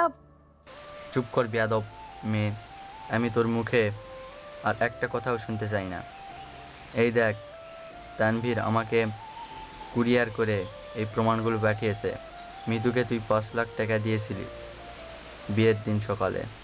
তোর খালাতো বোনকে দিয়ে তুই একটা জঘন্য নাটক করালি, আর আমি বোকার মতো তানভীরকে সবার সামনে অপমান করে বের করে দিলাম। তুই আমার সম্মান ধুলোয় মিশিয়ে দিয়েছিস সাইমা। মামা আপনি শান্ত হন, আপনার প্রেশার এমনিতেই হাই। আপনি যেটা দেখছেন সেটা পুরো সত্যি না। তানভীর একটা প্রতারক। ও এই কাগজগুলো দিয়ে আপনাকে ব্ল্যাকমেইল করার চেষ্টা করছে। তুই চুপ কর সাফায়াত, তুই তো একটা বাচ্চা ছেলে। তুই এই কাল নাগিনীর কি বুঝবি? ও তোকে ফাঁসিয়ে আমার ঘরে বন্দুক রেখে এই বিয়েটা করেছে। তুই জানিস ও কত বড় মাস্টার মাইন্ড? ও নিজের বাবাকে ঠকাতে পারে। আর তুই তো কোন স্যার? আমি আজই এই বিয়ে ভেঙে দেব। সাইমা, তুই এখনই আমার সাথে চল। রহমান সাহেব রাগে কাঁপতে কাঁপতে সাইমার হাত ধরে টান দেন। সাইমা হাউমাউ করে কেঁদে ওঠে। ফারিয়া বেগম আর আসাদ সাহেব দুজনেই দৌড়ে আসেন রহমান সাহেবকে আটকাতে। ড্রয়িং রুমের পরিবেশ নিমেষেই থমথমে হয়ে যায়। সাফায়াত এক ঝটকায় রহমান সাহেবের হাত থেকে সাইমার হাতটা ছাড়িয়ে নেয় এবং সাইমাকে নিজের পেছনে লুকিয়ে ফেলে। সাইমা কোথাও যাবে না মামা, ও এখন এই বাড়ির বউ, আমার স্ত্রী। সাফায়াত, তুই আমার মুখের উপর কথা বলছিস। তুই বুঝতে পারছিস না ও তোকে ঠকিয়েছে। ও নিজের স্বার্থ উদ্ধারের জন্য তোর জীবনটা নষ্ট করেছে। আমার জীবন নষ্ট হয়নি মামা, আর সাইমা আমাকে ঠকায়নি। আমি সব জানি। সাইমা কাল রাতেই আমাকে সব সত্যি কথা বলেছে। ও মিতুকে টাকা দিয়েছিল, ও নাটক করেছিল, সব আমি জানি। তুই সব জানিস? সাফায়াতে কি তুই কি বলেছিস সব? সাইমা এত বড় একটা ষড়যন্ত্র করেছে আর তুই সেটা জানার পরও ওকে সাপোর্ট করছিস? হ্যাঁ আম্মু, আমি সাপোর্ট করছি, কারণ সাইমা এই কাজটা কোনো খারাপ উদ্দেশ্যে করেনি। মামা, আপনি তানভীরের পরিবারের স্ট্যাটাস দেখে অন্ধ হয়ে গিয়েছিলেন। তানভীর একটা চরিত্রহীন ছেলে। ও শুধু আপনার সম্পত্তির লোভে সাইমাকে বিয়ে করতে চেয়েছিল। সাইমা আপনাকে অনেকবার বোঝানোর চেষ্টা করেছে, কিন্তু আপনি শোনেননি। সাইমা বাধ্য হয়ে এই নাটকটা করেছে যাতে আপনি নিজের চোখে তানভীরের আসল রূপ দেখতে পান। তাই বলে মিতুকে দিয়ে এমন নোংরা নাটক? আর তোর জীবনটা, তুই তো 21 বছরের একটা স্টুডেন্ট, তোর ঘাড়ে ও নিজেকে চাপিয়ে দিল কেন? কারণ আমি সাফায়েতকে ভালোবাসতাম আব্বু। আমি সাফায়েতকে গত 4 বছর ধরে পাগলের মতো ভালোবাসতাম। সাইমার এই কান্না মিশ্রিত চিৎকারে পুরো ড্রয়িং রুম স্তব্ধ হয়ে যায়। ফারিয়া বেগম অবাক হয়ে তার ভাইয়ের মেয়ের দিকে তাকিয়ে থাকেন। আসাদ সাহেবও যেন নিজের কানকে বিশ্বাস করতে পারছেন না। রহমান সাহেব ফ্যাল করে সাইমার দিকে তাকিয়ে আছেন। হ্যাঁ আব্বু, এটাই সত্যি। আমি সাফায়েতকে ভালোবাসতাম, কিন্তু ও বয়সে আমার ছোট, তাই তোমরা কেউ কোনোদিন আমাদের এই সম্পর্কটা মেনে নিতে না। আমি যখন জানলাম তুমি তানভীরের সাথে আমার বিয়ে ঠিক করেছো, আমার মনে হচ্ছিল আমি মরে যাব। তানভীর একটা লোভী জানোয়ার, আমি ওকে বিয়ে করতে পারতাম না, তাই আমি সুযোগ খুঁজি। আমি জানতাম বিয়ের আসরে যদি বর এমন অবস্থায় ধরা পড়ে, তাহলে তুমি সম্মান বাঁচাতে চোখের সামনে যাকে পাবে তার সাথে আমার বিয়ে দিয়ে দিবে। আর আমি জানতাম তোমার চোখের সামনে সেদিন সাফায়েত ছাড়া আর কেউ থাকবে না। ইয়াল্লাহ, সাইমা তুই এত বড় একটা গেম খেলি আমাদের সবার সাথে, শুধু সাফায়াতকে পাওয়ার জন্য তুই আমাদের এত বড় অপমানের মুখে ফেললি। আম্মু, তুমি সাইমাকে দোষ দিও না। ও যেটা করেছে সেটা শুধু ওর ভালোবাসার জন্য করেছে। আর তানভীর, ও যদি এতই ভালো হতো তাহলে কাল রাতে আমাকে আর সাইমাকে ব্ল্যাকমেইল করে ওই পুরোনো ফ্যাক্টরিতে ডাকতো না। ফ্যাক্টরিতে? তুই এসব কি বলছিস সাফায়াত? হ্যাঁ আব্বু, তানভীর কাল রাতে সাইমাকে মেসেজ দিয়ে ব্ল্যাকমেইল করে 50 লাখ টাকা চেয়েছে। সাইমা একা গিয়েছিল টাকা দিতে। তানভীর আর ওর বন্ধুরা মিলে সাইমার ক্ষতি করার চেষ্টা করেছিল। আমি গিয়ে তানভীরকে মেরে ওর ফোন ভেঙে দিয়ে এসেছি। এই দেখো আমার হাতের অবস্থা। সাফায়াত তার শার্টের হাতা গুটিয়ে ডান হাতটা দেখায়। সেখানে ব্যান্ডেজ করা, আর ব্যান্ডেজের ওপর দিয়েও রক্তের লাল দাগ স্পষ্ট। আসাদ সাহেব চমকে উঠে ছেলের হাতটা ধরেন। রহমান সাহেবের চোখ দিয়ে অঝরে পানি পড়তে শুরু করে। তিনি বুঝতে পারেন তিনি কত বড় একটা ভুল করতে যাচ্ছিলেন। তানভীরের মতো একটা জানোয়ারের হাতে তিনি নিজের মেয়েকে তুলে দিতে যাচ্ছিলেন। সাফায়াত বাবা আমার, তুই আমার মেয়ের সম্মান বাঁচিয়েছিস। আমি তো কিছুই জানতাম না। আমি তো তানভীরের পাঠানো এই কাগজগুলো দেখেই পাগল হয়ে গিয়েছিলাম। আমাকে মাফ করে দে বাবা। সাইমা, তুই এত বড় একটা কষ্ট একা একা বুকে চেপে রেখেছিলি মা, আমাকে তুই বলিসনি কেন? আব্বু, সাইমা দৌড়ে গিয়ে তার বাবাকে জড়িয়ে ধরে হাউমাউ করে কাঁদতে থাকে। রহমান সাহেব মেয়ের মাথায় হাত বুলিয়ে দেন। আসাদ সাহেব আর ফারিয়া বেগমও চোখের পানি মুছতে থাকেন। ড্রয়িং রুমে এতক্ষণের গুমোট পরিবেশটা এক নিমেষেই হালকা হয়ে যায়। সব ভুল বোঝাবুঝির অবসান ঘটে এক অদ্ভুত শান্তির মাধ্যমে। আমি আজই থানায় গিয়ে তানভীরের নামে ব্ল্যাকমেইলিং আর অ্যাটেম্প টু মার্ডারের কেস করব। ও যেন কোনো দিনই আর মাথা তুলে দাঁড়াতে না পারে। আর আসাদ ভাই, আজ সন্ধ্যায় বৌভাত, আমি আমার মেয়ের বৌভাত এমন ধুমধাম করে করব যে পুরো শহর দেখবে। সাফায়াত, তুই আমার সাইমাকে ভালো রাখিস বাবা। আপনি চিন্তা করবেন না মামা, সাইমা আমার জান, ওর চোখের এক ফোঁটা পানিও আমি আর মাটিতে পড়তে দেব না। রহমান সাহেব হাসি মুখে সাইমাকে সাফায়াতের হাতে তুলে দিয়ে বিদায় নেন। ফারিয়া বেগম সাইমার কাছে এসে তাকে বুকে জড়িয়ে ধরেন। পাগলি মেয়ে একটা, আমাকে বলতি আমি তোর ফুফু না?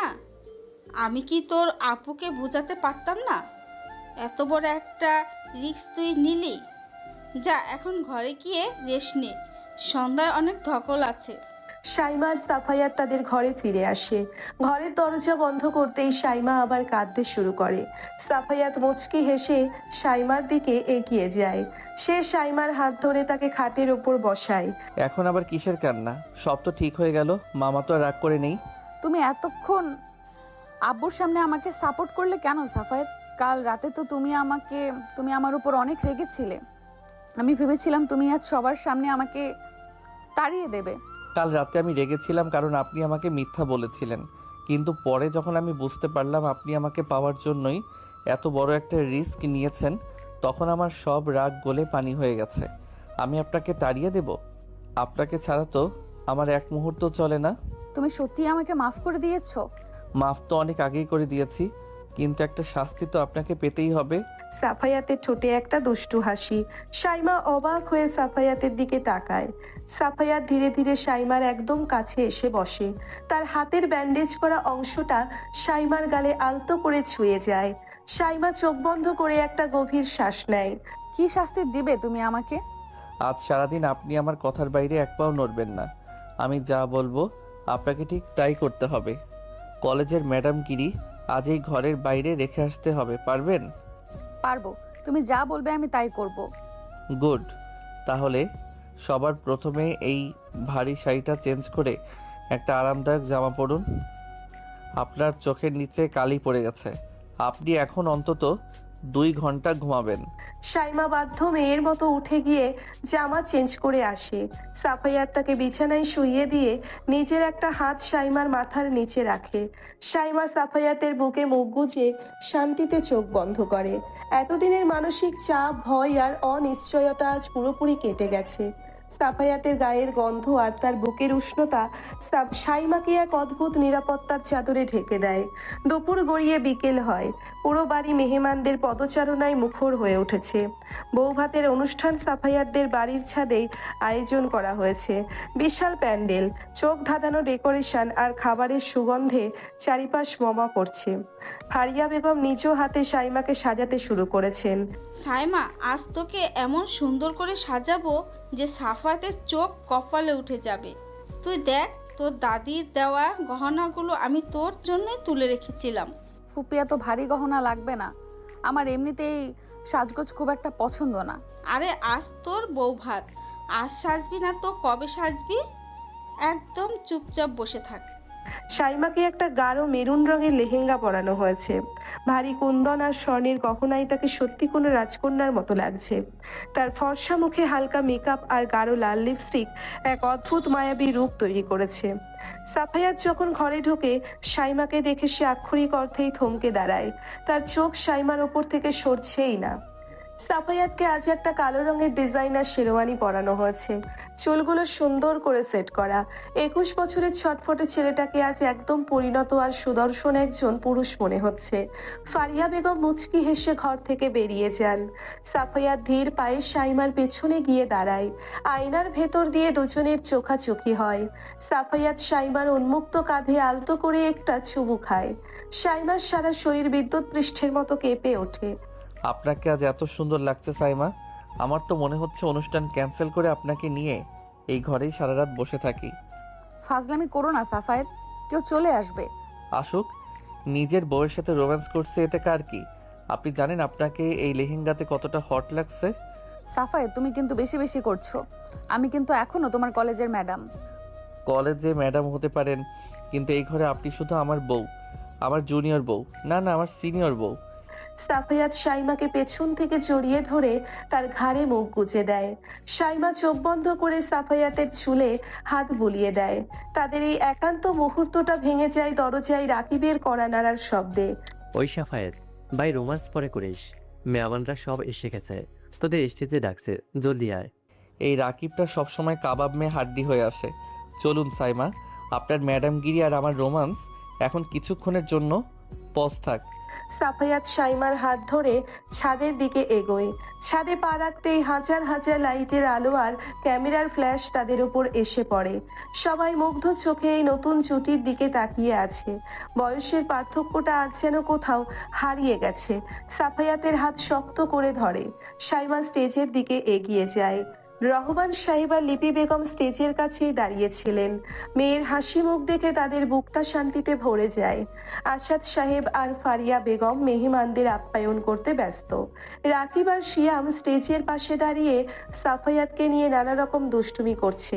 ভাই সাফায়েত, তুই তো পুরো লটারি জিতে গেছিস ম্যাডাম, আজ যা লাগছে না। চোখ নিচে নামা সিয়াম, তোর ম্যাডাম হলেও ও এখন আমার বউ, নজর দিবি না একদম। বউয়ের প্রতি এত পজিটিভনেস! বিয়ের আগে তো ম্যাডামকে দেখলে তুই 100 হাত দূরে পালাতে, আর এখন তো হাত ছাড়তেই চাচ্ছিস না। তোমরা দুজন কিন্তু বেশি কথা বলছো রাকিব। কাল কলেজে আসো, তোমাদের অ্যাসাইনমেন্টের খবর আমি নিচ্ছি। শাইমার এই ধমকে রাকিব আর শিয়াম দুজনেই ভয় পাওয়ার ভান করে দূরে সরে যায়। সাফায়াত আর শাইমা দুজনেই হেসে ওঠে। অনুষ্ঠানের পরিবেশটা খুব সুন্দর আর আনন্দমুখর। সবাই খেয়ে দিয়ে নবদম্পতিকে দোয়া করে যাচ্ছে। রাত প্রায় 10টা বাজে। মেহমানরা অনেকেই চলে যেতে শুরু করেছে। হঠাৎ করে ছাদের এন্ট্রান্সের দিকে একটি হট্টগোল শোনা যায়। সবাই চমকে সেদিকে তাকায়। সাফায়াত আর শাইমাও স্টেজ থেকে উঠে দাঁড়ায়। ছাদের সিঁড়ি দিয়ে হনহন করে উঠে আসছে তানভীর। তার মাথা ব্যান্ডেজ করা, এক হাত প্লাস্টার করা, তার সাথে 2-3 জন পুলিশ অফিসার। তানভীরের চোখে মুখে একটা হিংস্র আর শয়তানি হাসি। রহমান সাহেব দ্রুত তানভীরের সামনে গিয়ে দাঁড়ান। তানভীর, তোর সাহস তো কম না, তুই আবার এই বাড়িতে এসেছিস? আর পুলিশ কেন তোর সাথে?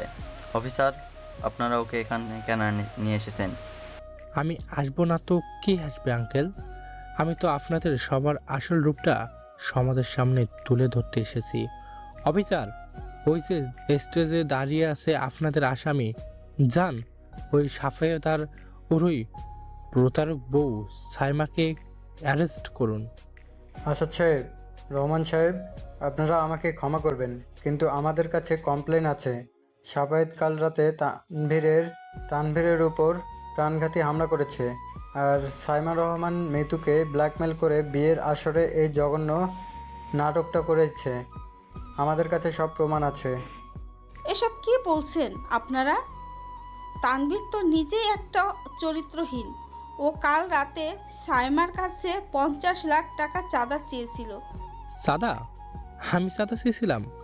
আন্টি, আপনারা এত বড় মিথ্যাবাদী আমি জানতাম না। এই দেখুন অফিসার, সাইমা আমার সাথে মিতুর ওই ফেক ভিডিও বানানোর জন্য মিতুকে 5 লাখ টাকা ট্রান্সফার করেছে। এ হলো ব্যাংকের রিসিট। আর সাফায়েত কাল রাতে আমাকে একা পেয়ে রড দিয়ে পিটিয়ে হত্যার চেষ্টা করেছে। তানভীর পকেট থেকে সেই ব্যাংকের রিসিটের কপিটা বের করে পুলিশের সামনে তুলে ধরে। ছাদের সব মেহমানরা অবাক হয়ে ফিসফিস করতে শুরু করে। আসাদ সাহেব আর রহমান সাহেবের মুখ ফ্যাকাশে হয়ে যায়। সাফায়াত শক্ত পায়ে স্টেজ থেকে নিচে নেমে আসে। সাইমা ভয়ে কাঁপছে। সে সাফায়াতের হাতটা শক্ত করে ধরে রাখে। তানভীর, তুই কিন্তু এবার সত্যি সত্যি নিজের কবর নিজে খুঁড়ছিস। তুই কি ভেবেছিস তোর এই মিথ্যে গল্প পুলিশ বিশ্বাস করবে? মিথ্যে গল্প? ইয়া, সাফায়াত, তুই তো এখনো বাচ্চা। আমি পুলিশ নিয়ে এসেছি হাওয়ার ওপর ভিত্তি করে নয়, আমার কাছে সাক্ষ্যম প্রমাণ আছে। মিতু, এই মিতু, এদিকে আয়। তানভীরের ডাক শুনে সিঁড়ির আড়াল থেকে ধীর পায়ে বেরিয়ে আসে মিতু। তার মুখটা ভয়ের চোটে শুকিয়ে গেছে।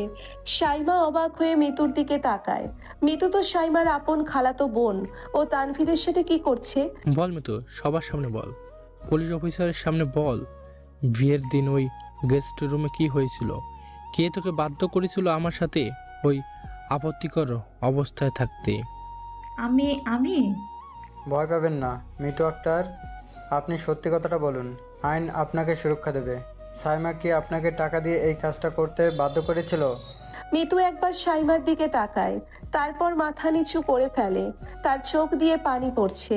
পুরো ছাদ নিস্তব্ধ। সবাই মিতুর উত্তরের জন্য অপেক্ষা করছে। হ্যাঁ, সাইমা আপু আমাকে 5 লাখ টাকা দিয়েছিল। উনি আমাকে বলেছিল তানভীর ভাইয়াকে গেস্ট রুমে নিয়ে যেতে, এমন একটা পরিস্থিতি তৈরি করতে যাতে সবাই ভাবে তানভীর ভাইয়া খারাপ। সাইমা আপু এই বিয়েটা ভাঙতে চেয়েছিল, তানভীর ভাইয়া নির্দোষ। মিতুর এই একটা কথাই পুরো ছাদে যেন বোমা ফাটে। মেহমানরা ছিছি করতে শুরু করে। রহমান সাহেব বুকে হাত দিয়ে সোফায় বসে পড়েন। ফারিয়া বেগম আর আসাদ সাহেব হতবাক হয়ে দাঁড়িয়ে আছেন। সাইমার পায়ের তলা থেকে মাটি সরে যায়।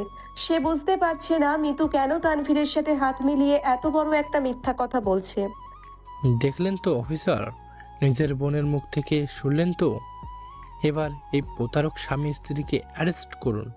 এরা আমার জীবনটা ধ্বংস করে দিয়েছে। সাফায়েত সাহেব, সাইমাস রহমান, আপনারা দুইজন আইনের চোখে এখন অপরাধী। আপনাদের এখনই আমাদের সাথে থানা যেতে হবে। কনস্টেবল, ওদের হাতে হাত করা পরাও। দুজন কনস্টেবল হাতকড়া নিয়ে সাফায়াত আর সাইমার দিকে এগিয়ে আসে। সাইমা ভয়ে চিৎকার করে ওঠে। সাফায়াত সাইমাকে নিজের বুকে আগলে ধরে কনস্টেবলদের দিকে একটা ভয়ঙ্কর দৃষ্টিতে তাকায়। আমার বউয়ের গায়ে হাত দেওয়ার সাহস দেখাবেন না অফিসার। আপনারা যাকে নির্দোষ ভাবছেন সেই তানভীর আসলে কত বড় শয়তান সেটা প্রমাণের জন্য মিতুর এই ফেক স্টেটমেন্টই শেষ কথা নয়। আমার কাছে এমন একটা প্রমাণ আছে যা দেখলে আপনারা তানভীরকেই এখন অ্যারেস্ট করে নিয়ে যাবেন। তুই এবার কি ফেক প্রমাণ বানালি রে ছোকরা? তোর কাছে কোনো প্রমাণ নেই। প্রমাণ আছে কিনা সেটা তো 1 মিনিট পরেই দেখতে পাবি তানভীর। রাকিব, প্রজেক্টরটা অন কর। সাফায়াতের কথা শেষ হতেই ছাদের সব লাইট হঠাৎ করে নিভে যায়। পুরো ছাদ অন্ধকারে ডুবে যায়। পর মুহূর্তেই ছাদের একপাশের সাদা পর্দায় প্রজেক্টরের আলো গিয়ে পড়ে। পর্দায় একটা ভিডিও প্লে হতে শুরু করে। ভিডিওর প্রথম দৃশ্যটা দেখেই তানভীরের চোখ কপালে উঠে যায়। মিতু ভয়ে একটা চিৎকার দিয়ে ফ্লোরে বসে পড়ে। সাব ইন্সপেক্টর অবাক হয়ে পর্দার দিকে তাকিয়ে থাকেন। সাইমাও বুঝতে পারছে না সাফায়াত এটা কি দেখাচ্ছে। সাফায়াত কি তাহলে তানভীরের থেকেও বড় কোনো চাল চেলে রেখেছে? এই ভিডিওতে এমন কি আছে যা পুরো পরিস্থিতিকে এক নিমেষেই পাল্টে দিতে পারে? প্রজেক্টরের আলোয় ছাদের সাদা পর্দায় একটা ভিডিও প্লে হতে শুরু করে। ভিডিওটা কোনো একটা অন্ধকার ক্যাফের সিসিটিভি ফুটেজ আর সাথে অডিও রেকর্ড করা। পর্দায় স্পষ্ট দেখা যাচ্ছে তানভীর আর মিতু মুখোমুখি বসে আছে। তুই কি ভেবেছিস মিতু, সাইমা আমাকে বিয়ের আসরে অপমান করে বের করে দেবে আর আমি চুপচাপ হজম করে নেব? ভাইয়া আমাকে মাফ করে দাও। সাইমা আপু আমাকে 5 লাখ টাকা দিয়েছিল ঠিকই, কিন্তু আমি তো তোমার কোনো ক্ষতি করতে চাইনি। তুমি প্লিজ আমার ওই সর্বনাশ ছবিগুলো ডিলিট করে দাও। আমি তোমার হাত পা ধরি। ছবি ডিলিট করবো? ইয়া, ওই ছবিগুলোই তো আমার তরফের দাস। তুই আজ রাতে সাইমাকে মেসেজ দিয়ে 50 লাখ টাকা চাইবি, আর কাল বউ ভাতের অনুষ্ঠানে সবার সামনে গিয়ে বলবি সাইমা তোকে টাকা দিয়ে এই নাটক করিয়েছে। না ভাইয়া, আমি সাইমা আপুর এত বড় সর্বনাশ করতে পারবো না। রহমান আঙ্কেল তো মরেই যাবে এই অপমান সহ্য করতে না পেরে। বুড়ো মারলে আমার কি? আমি চাই সাইমার জীবনটা ধ্বংস হোক, আর ওই দুধের বাচ্চা সাফায়াত চান জেলে পচে। তুই যদি আমার কথা না শুনিস, কাল সকালেই তোর ওই নোংরা ছবিগুলো ইন্টারনেটে ভাইরাল হয়ে যাবে। তোর বাবা মা তোকে বাড়ি থেকে বের করে দেবে। কি করবি বল? আমি করব, তুমি যা বলবে আমি তাই করব, কিন্তু প্লিজ আমাকে বাঁচাও। ভিডিওটা অফ কর রাকিব, আর লাইটগুলো জ্বালিয়ে দে। ছাদের সব লাইট একসাথে জ্বলে ওঠে, পুরো ছাদ যেন শ্মশানের মতো নিস্তব্ধ। তানভীরের মুখের রং ফ্যাকাশে হয়ে গেছে, তার কপালের ঘাম স্পষ্ট দেখা যাচ্ছে। মিতু হাউমাউ করে কাঁদতে কাঁদতে সাইমার পায়ের কাছে বসে পড়ে। রহমান সাহেব আর আসাদ সাহেব রাগে ফুঁসছেন। সাব ইন্সপেক্টর চরম বিরক্তি নিয়ে তানভীরের দিকে তাকান। কি তানভীর, নিজের গলাটা চিনতে পারছিস তো, নাকি এটাও বলবি যে আমি এআই দিয়ে তোর ভয়েস ক্লোন করেছি? এটা ফেক, তুই আমাকে ফাঁসানোর জন্য এসব বানিয়েছিস। অফিসার, আপনারা ওর কথা বিশ্বাস করবেন না। তুই চুপ করবি শুয়োরের বাচ্চা। তুই ভেবেছিলি তুই একা চালাক? তুই যখন কাল রাতে মিতুকে ওই ক্যাফেতে বসে ব্ল্যাকমেইল করছিলি, তখন রাকিব ওই ক্যাফের ম্যানেজারের সাহায্যে সিসিটিভি ফুটেজ আর অডিও হ্যাক করে নিয়েছিল। আমি তো কাল রাতেই তোকে জেলে পাঠাতে পারতাম, কিন্তু আমি চেয়েছিলাম তোর আসল রূপটাই সমাজের সামনে, আমার মামার সামনে আর পুলিশের সামনে উন্মোচিত হোক। মিতু, তুই এত বড় বিপদে ছিলি, তুই আমাকে একবার বলতে পারলি না? আমি তোকে 5 লাখ টাকা দিয়েছিলাম ঠিকই, কিন্তু আমি তো বলেছিলাম তোকে সব বিপদ থেকে আমি বাঁচাবো। তুই এই জানোয়ারটার ভয়ে আমার এত বড় সর্বনাশ করতে আসলি। আমাকে মাফ করে দাও আপু, আমার মাথা কাজ করছিল না। ও আমাকে খুব ভয় দেখিয়েছিল। আমি বুঝতে পারিনি ও পুলিশ নিয়ে এই বৌভাতের অনুষ্ঠানে চলে আসবে। আমাকে তোমরা পুলিশের হাত থেকে বাঁচাও আপু। তুই চুপ কর মিতু, তোর মতো বেঈমান মেয়ে জায়গা আমার বাড়িতে নেই। আর তানভীর, তুই আমার মেয়ের জীবন ধ্বংস করতে চেয়েছিলি, তুই আমার সম্মান নিয়ে খেলতে চেয়েছিলি। আঙ্কেল, আমাকে ক্ষমা করে দিন, আমি রাগের মাথায় এই কাজ করে ফেলেছি। রহমান সাহেব আর এক মুহূর্ত অপেক্ষা না করে সজোরে একটা চর বসিয়ে দেন তানভীরের গালে। থাপ্পড়ের শব্দে পুরো ছাদ কেঁপে ওঠে। তানভীর তাল সামলাতে না পেরে মেঝেতে পড়ে যায়। অফিসার, আপনারা আর কিসের জন্য অপেক্ষা করছেন? এই জানোয়ারটাকে অ্যারেস্ট করেন। ও আমার মেয়েকে ব্ল্যাকমেইল করেছে, আর ভাইজিকে ব্ল্যাকমেইল করেছে, আর আমার জামাইয়ের উপর মিথ্যা অপবাদ দিয়েছে। আমি ওর নামে মামলা করব, যে ওর সারা জীবন জেলের ভাত খেতে হবে। কনস্টেবল, অ্যারেস্ট হিম।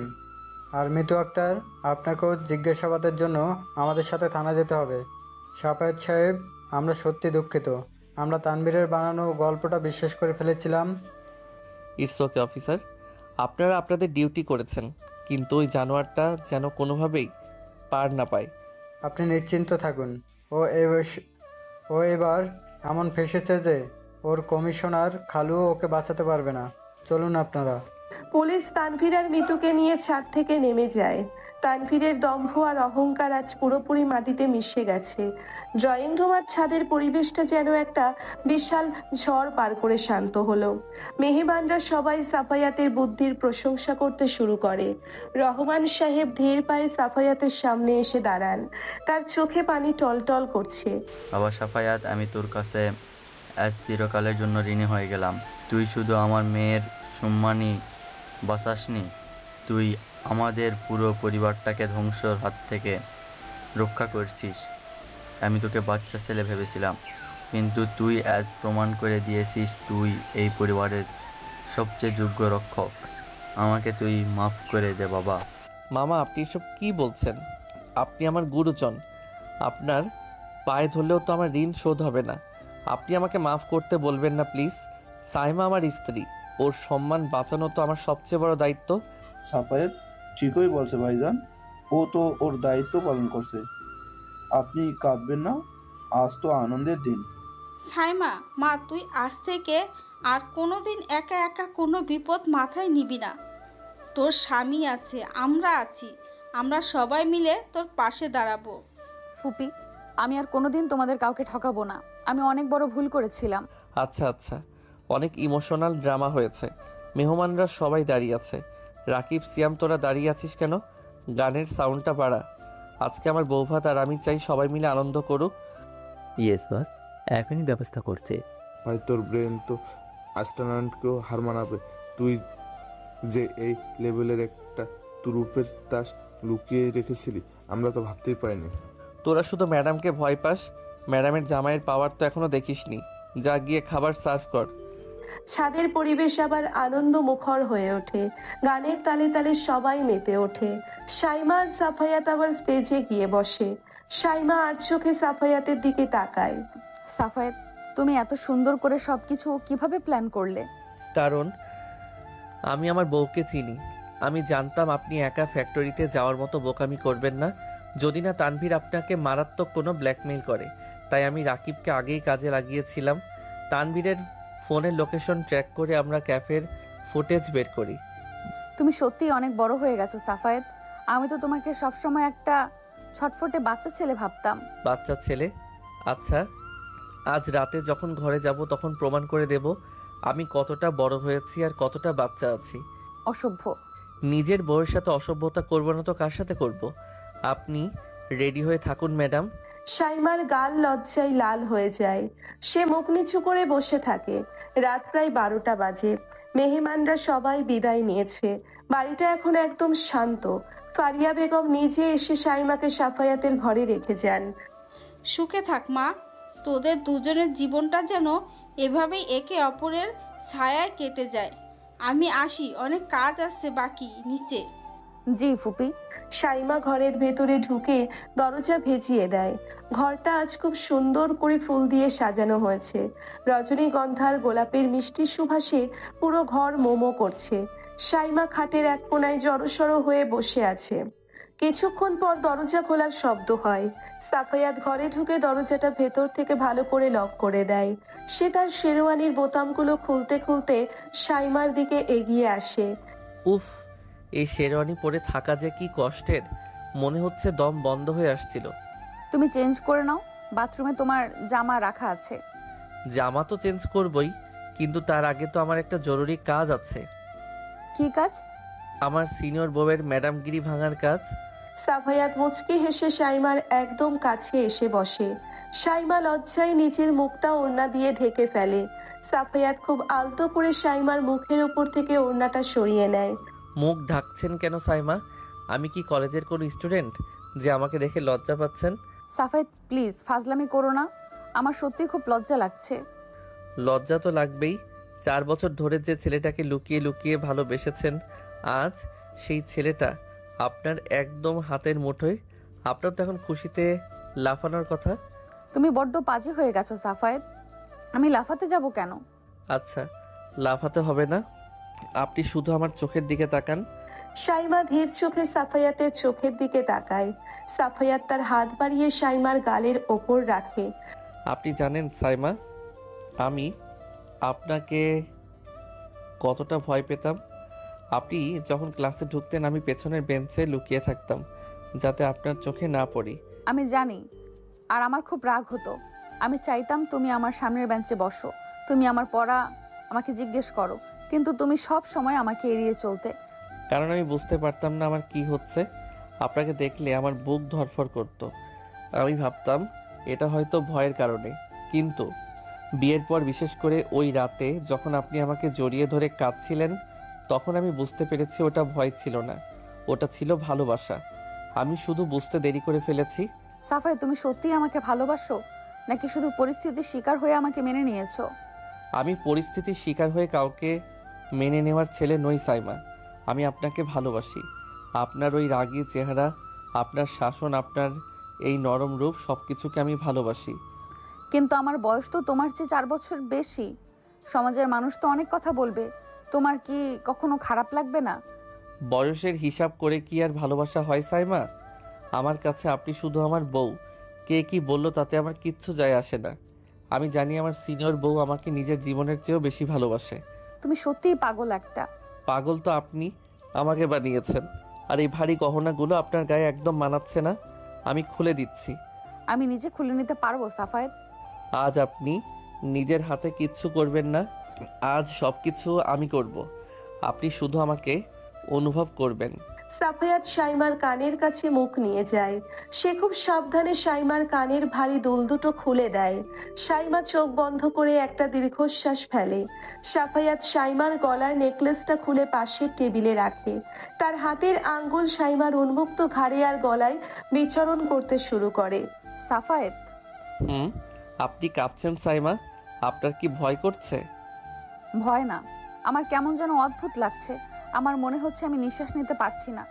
আজ আপনাকে নিঃশ্বাস নিতে হবে না, আজ শুধু আমার বুকে মাথা রেখে আপনি আমার ভালোবাসাটা অনুভব করবেন।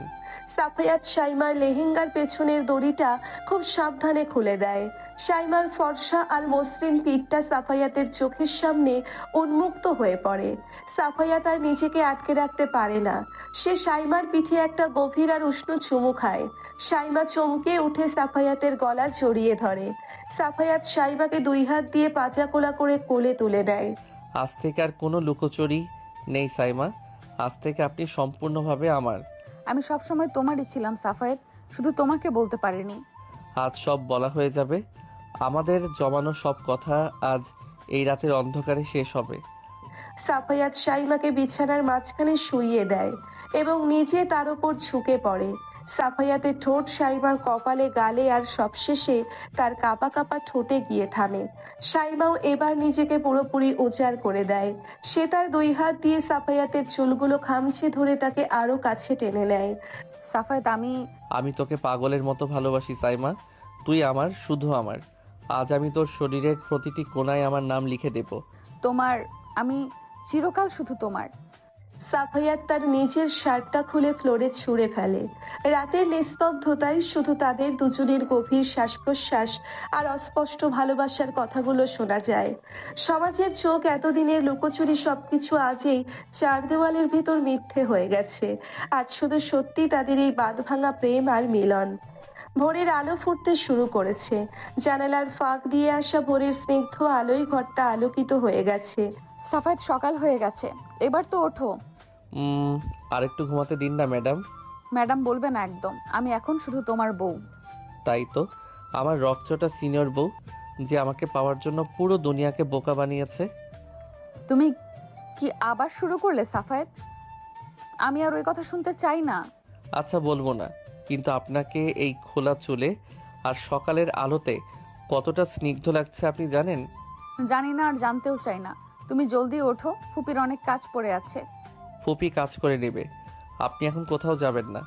আপনি এখন শুধু আমার বুকে মাথা রেখে শুয়ে থাকবেন। তুমি সত্যি একটা অসভ্য ছেলে।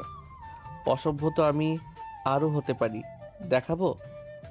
না না, দরকার নেই, আমি শুয়ে থাকছি বাবা। শাইমা সাফায়াতের বুকের উপর মাথা রেখে শান্তিতে চোখ বন্ধ করে। সাফায়াত মুচকি হেসে শাইমার চুলে আলতো করে হাত বুলিয়ে দেয়। সাফায়াত জানে আজ থেকে তাদের দুজনের জীবনে কোনো বাধা নেই, কোনো ভয় নেই। যে মেয়েটাকে সে সারা জীবন শুধু জমের মতো ভয় পেয়েছে, আজ সেই মেয়েটাই তার জীবনের সবচেয়ে বড় সত্যি আর ভালোবাসার পূর্ণতা।